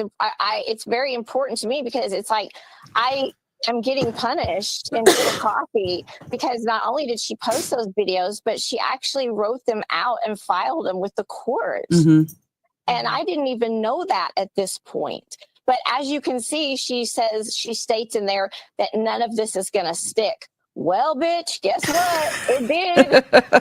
Yeah, but it's not even enough for them to extradite her, so it's just kind of one of those things. But you know what? It's one more rung on the fancy credibility. The credibility for her is out the window here. And that's more important than anything to Fancy, Sarah. That is more important to anything. And you know that, right? I mean, what's most important to her? Money. Yeah, but and in order to attention, get not even money, you have credibility. to be online. And to be online, you have to be credible. She ain't gonna be too credible. I do want to know about the dog situation, and if they can't do it, I'm gonna reach out to you, and I'm gonna reach out to you tonight. I want to know about it. Seriously, I do. I'm sorry, I do. Actually, maybe Toddy, maybe you and Sarah should have a discussion about that. Just because it's already 3 hours and 15 minutes. I do see one more thing up here, and I just wanted to point out, Amber, I thought that was important for you to see. She says, "Who's in your ear, the DA or Amber?" Yeah, and Which I is definitely was crazy. not in your ear, and I would like to remind. I was helping her. Yeah, I'd like to remind everybody because some people have started to get upset with like the fact that we're going after Fancy or whatever. It took us a long time to get here, but I'd like to remind you. We don't have it pulled up right now. Maybe we'll pull it up in part 2 or something. But she literally wrote the judge and asked for us to be charged with a crime. We made mistakes as far as trusting her and, speaking too quickly on things that we didn't research. We made that mistake. But what crime did we commit, Fancy? How many of you guys have had people literally write a letter to a judge asking for you to be charged with a crime? That is crazy. So I feel like we have every right to be a little upset. And I feel like we go easy on Fancy. Okay. There's a lot of material with her. Okay. How come you haven't released that? Well, I had completely forgotten about it until I forgot about it. Dawn, the cutting board Dawn, yeah. Cutting board Dawn released a video. Oh, damn, cutting board Dawn. And I love cutting board Dawn. Yeah, and she read out Fancy's letter, and she got towards the end, and I heard Fancy asking for us, because she was saying you, me, and Alora basically to be punished to the fullest extent of the law. Yeah. Oh wow, I haven't heard this. Over what? Us paying for your hotel room? Us paying for your groceries? And that was another thing that I had started to say when I was, dying in the hotel room, and you guys took her out to lunch and took her shopping. If she was kidnapped, that would have been a perfect escape right there. Right. Yeah, right. Perfect escape plan. She never told me she was kidnapped until way later. Okay. So there's one last thing I do want to go over before we get off of here. Can I put this on the screen? Yeah, go to. Unfortunately, you won't be what are able you to doing? see. Sorry, yeah, you do it. Yeah, it's 100%, right? I don't know Present. what I'm doing. Sorry, I've been up Share since screen. 4 in the morning, and like I said, it's been a rough week. Okay. So, Sarah, you can't see this on the screen, but you sent it. Mom, is this a photo that, did you crop this or was this what No, you were she sent? sent it to me. Okay. So Sarah, I'm not being accusatory, but I would like a little explanation on this. So what we have on the screen right now is your Cash App transaction where it shows the $10 that you were given. So Yes. whenever I texted you the other day and I asked for your Cash App transaction history, I asked for your history. This is cropped and I can only see one donation. It doesn't show your history. So therefore, somebody who is doubtful could go in and accuse you of hiding something. I'm not saying you're hiding something, but I'm just saying that somebody who would, not like you could say that. So I'm just curious as to why it's cropped when I asked for your whole history. I didn't understand. I thought you just wanted a screenshot of the donation I received, because I told you I only received one donation. Yeah. And it was just $10. And I thought you just wanted me to show that I did receive $10 because that's all I received. Yeah, no, I get what you're saying. Also, something that I do have to put out here too, I did Google it and you can delete Cash App transaction history. So it's not that it would even really necessarily prove anything. I just wanted to see what you sent. And by you sending this, again, I'm not saying that I don't believe you. I really, and I know for a fact, like people probably would have been coming out here saying, no, I gave her this money and I gave her that money, Well, I'm not really trying to beat a dead horse. I just felt like it was something worth addressing, because if somebody is going to come on here and, say whatever they're going to say, because people love to talk, I just wanted it to be something that you could clarify. So right, I was just that's giving. that. I thought you wanted you're a okay. screenshot of my donation I received, and it was just one donation for $10. Yeah, you're okay. And I'm not saying that I don't believe you. I'm just saying, anyone that comes in here like they will, I want that to be clear. So take this as you will. Again, I'm not saying Sarah's lying about it. I'm just saying take that with that information. Yeah. But thank you, Sarah, for joining us, and Toddy, thank you for coming on here as well. Yeah. I'm sorry that there were so many issues, and sorry that sometimes we got a little more annoyed. Again, not at you, just this whole situation has been a lot. It's been a lot, and there's too many side characters, and there's too many weird things going on, and I can barely even follow it, and I was there for half of it. So it's like, yeah. So we appreciate you both. For sure. Yes. Well, thank you so much. And if you guys do want to do part 2, then I'd be happy to do the part 2, and we can go over the other videos and pictures, because I definitely I wanted to address that clapback video that Fancy did against me, and she was talking about my family, my sister, my daughter, and she was talking about my looks and everything else after she claims she doesn't do that. She doesn't talk about looks. Come on, Sarah. Oh, yeah, no, the things that she said, I haven't said them super publicly because I don't feel comfortable sharing a lot of private conversations. But, I've made brief mentions to it, and I don't think I've just come out and said it. But there was a rumor that had started. First of all, I'd like to say I didn't even know who Bree was whenever we were at the hotel. I didn't know who she was at all. Now, to preface that, we did have Nina on, and we talked about Bree, but we didn't know who Bree was. I didn't know who. Like, I had heard her in passing, but I couldn't pick her out of a crowd. I couldn't tell you, every little thing she's done or really anything she's done. Actually, I thought she was somebody else when Fancy was talking about her. Nina or Fancy? Oh, Bree. No, never mind. Anyway, so I wasn't fully aware of who she was. There was a rumor about her that just regarding her gender and stuff, and something that I never even found realistic or believable anyway. And, people say what they want about Bree. I think she's pretty. You can disagree with me. I'm not going to go after people's looks. It doesn't matter. But, she perpetuated, she was the main person who started this rumor about Bree and her gender. And I think that even if, what she was saying was true, it does not matter. And the slurs that she used while describing this, I don't feel comfortable saying them. I will not say them, but she used the T slur and was very, very Who did derogatory. that?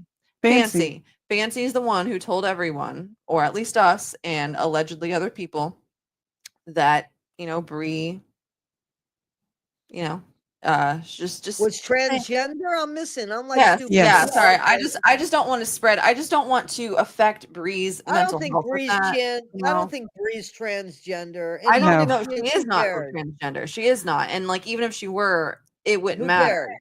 Who Right, cares? exactly, But the reason why I even bring it up is because she was hitting that. She was saying all these nasty things about her, saying that it made her, you know, less of a person, less of a woman, which I don't believe, even if it were true.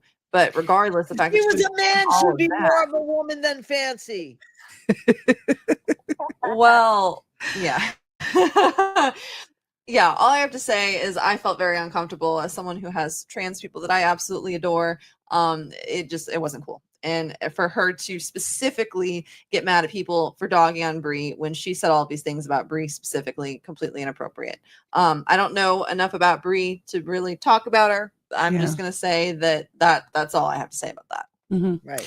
So So we're gonna call it a night. It's 3 hours and 24 minutes. I gotta take a couple off of the first half. Yeah. But I thank you guys so much. Thank you, Toddy, and thank you, Sarah, for being on here.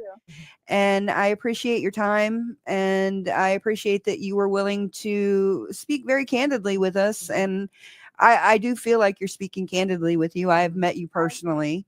So I've been, you know, just as 100% honest and candid as I could possibly be.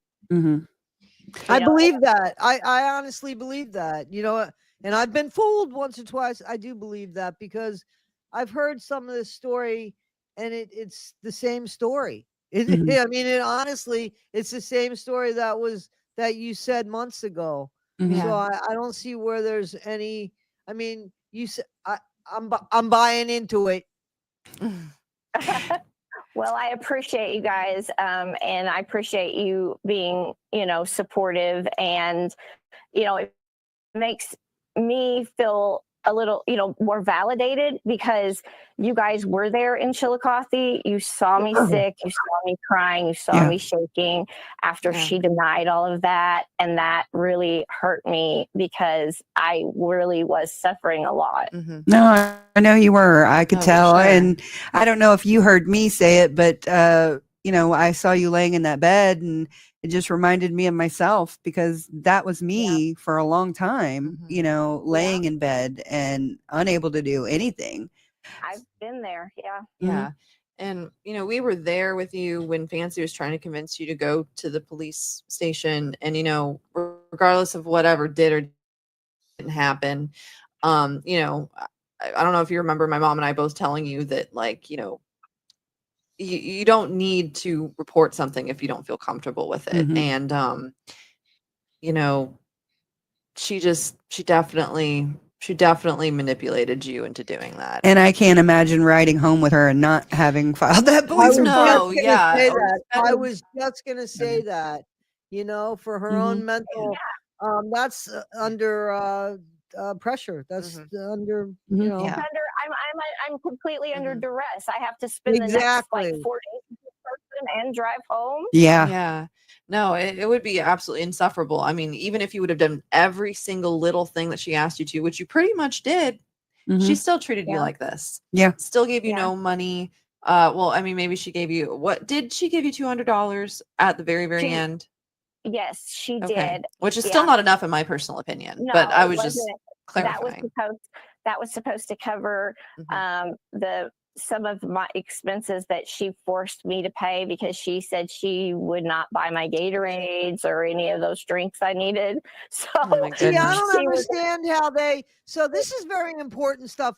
I definitely want a copy of this because I mean, you know how important this is. So here she is. She's asking for Cash App money for a trip for the both of them.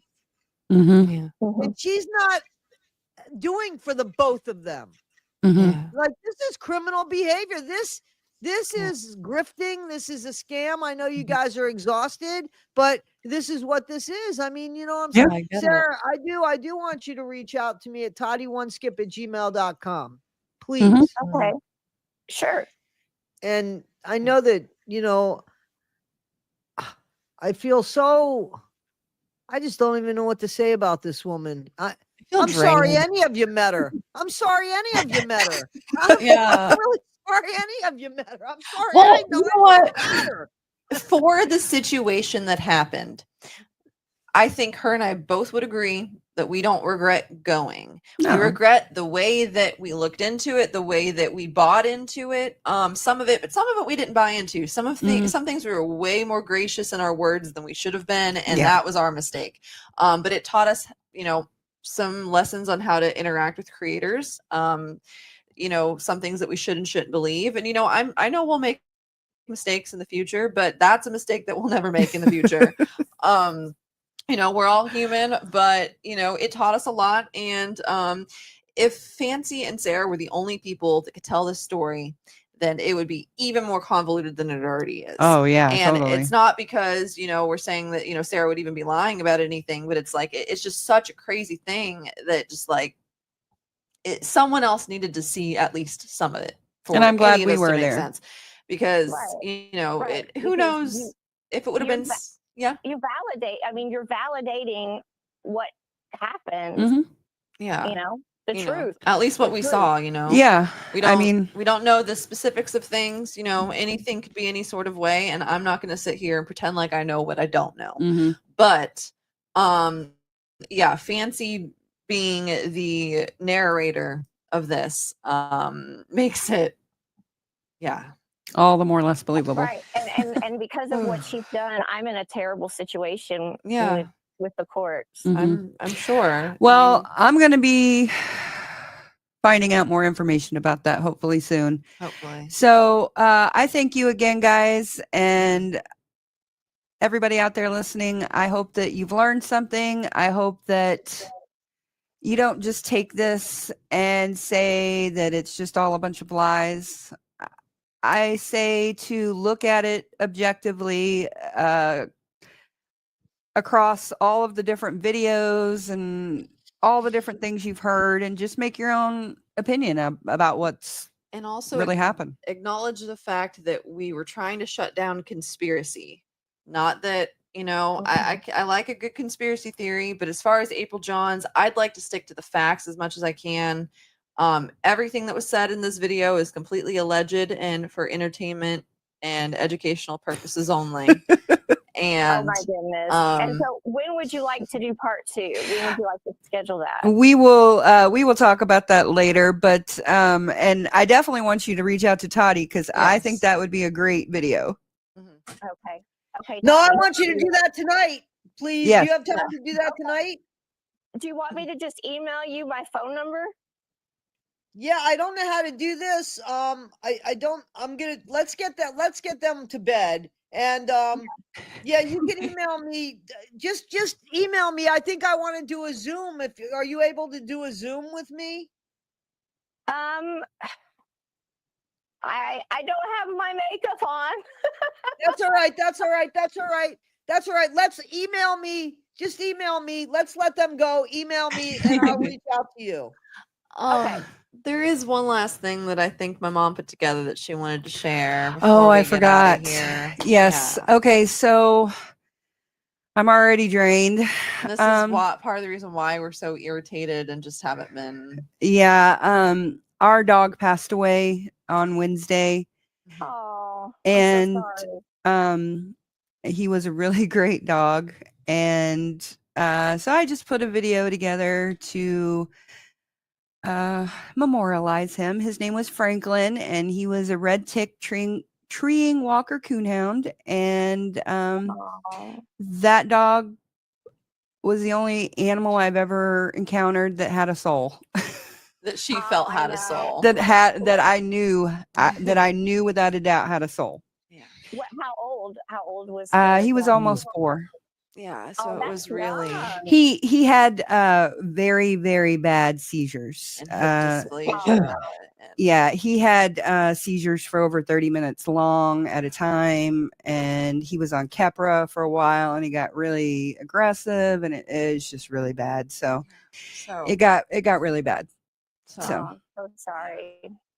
So we are going to play us out with Franklin. So I hope everybody has a blessed day. I hope that you've learned something, and I hope that you go out there and do something great to change the world. Have a blessed day. Thanks for having me. Yeah. Bye, guys. Bye. Don't end the recording yet. Oh, yeah. You're going to play it, right? Oh, yeah. Yeah. Sorry. Can I hang up? Yeah, you can hang up. Okay. Have a Thanks, good guys. one, Sarah. Good night. Good night. Okay, this is going to look a little different because I couldn't download it. So. Just want to celebrate my little Frankie doodle. Mm-hmm. My Frankenfurter. My Stanklin. Oh. I haven't seen this yet. Mm-hmm.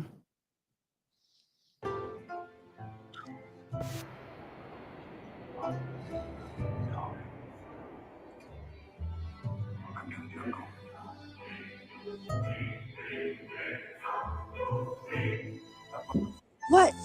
Are you having fun? Do you like the snow? Yeah, you do like the snow.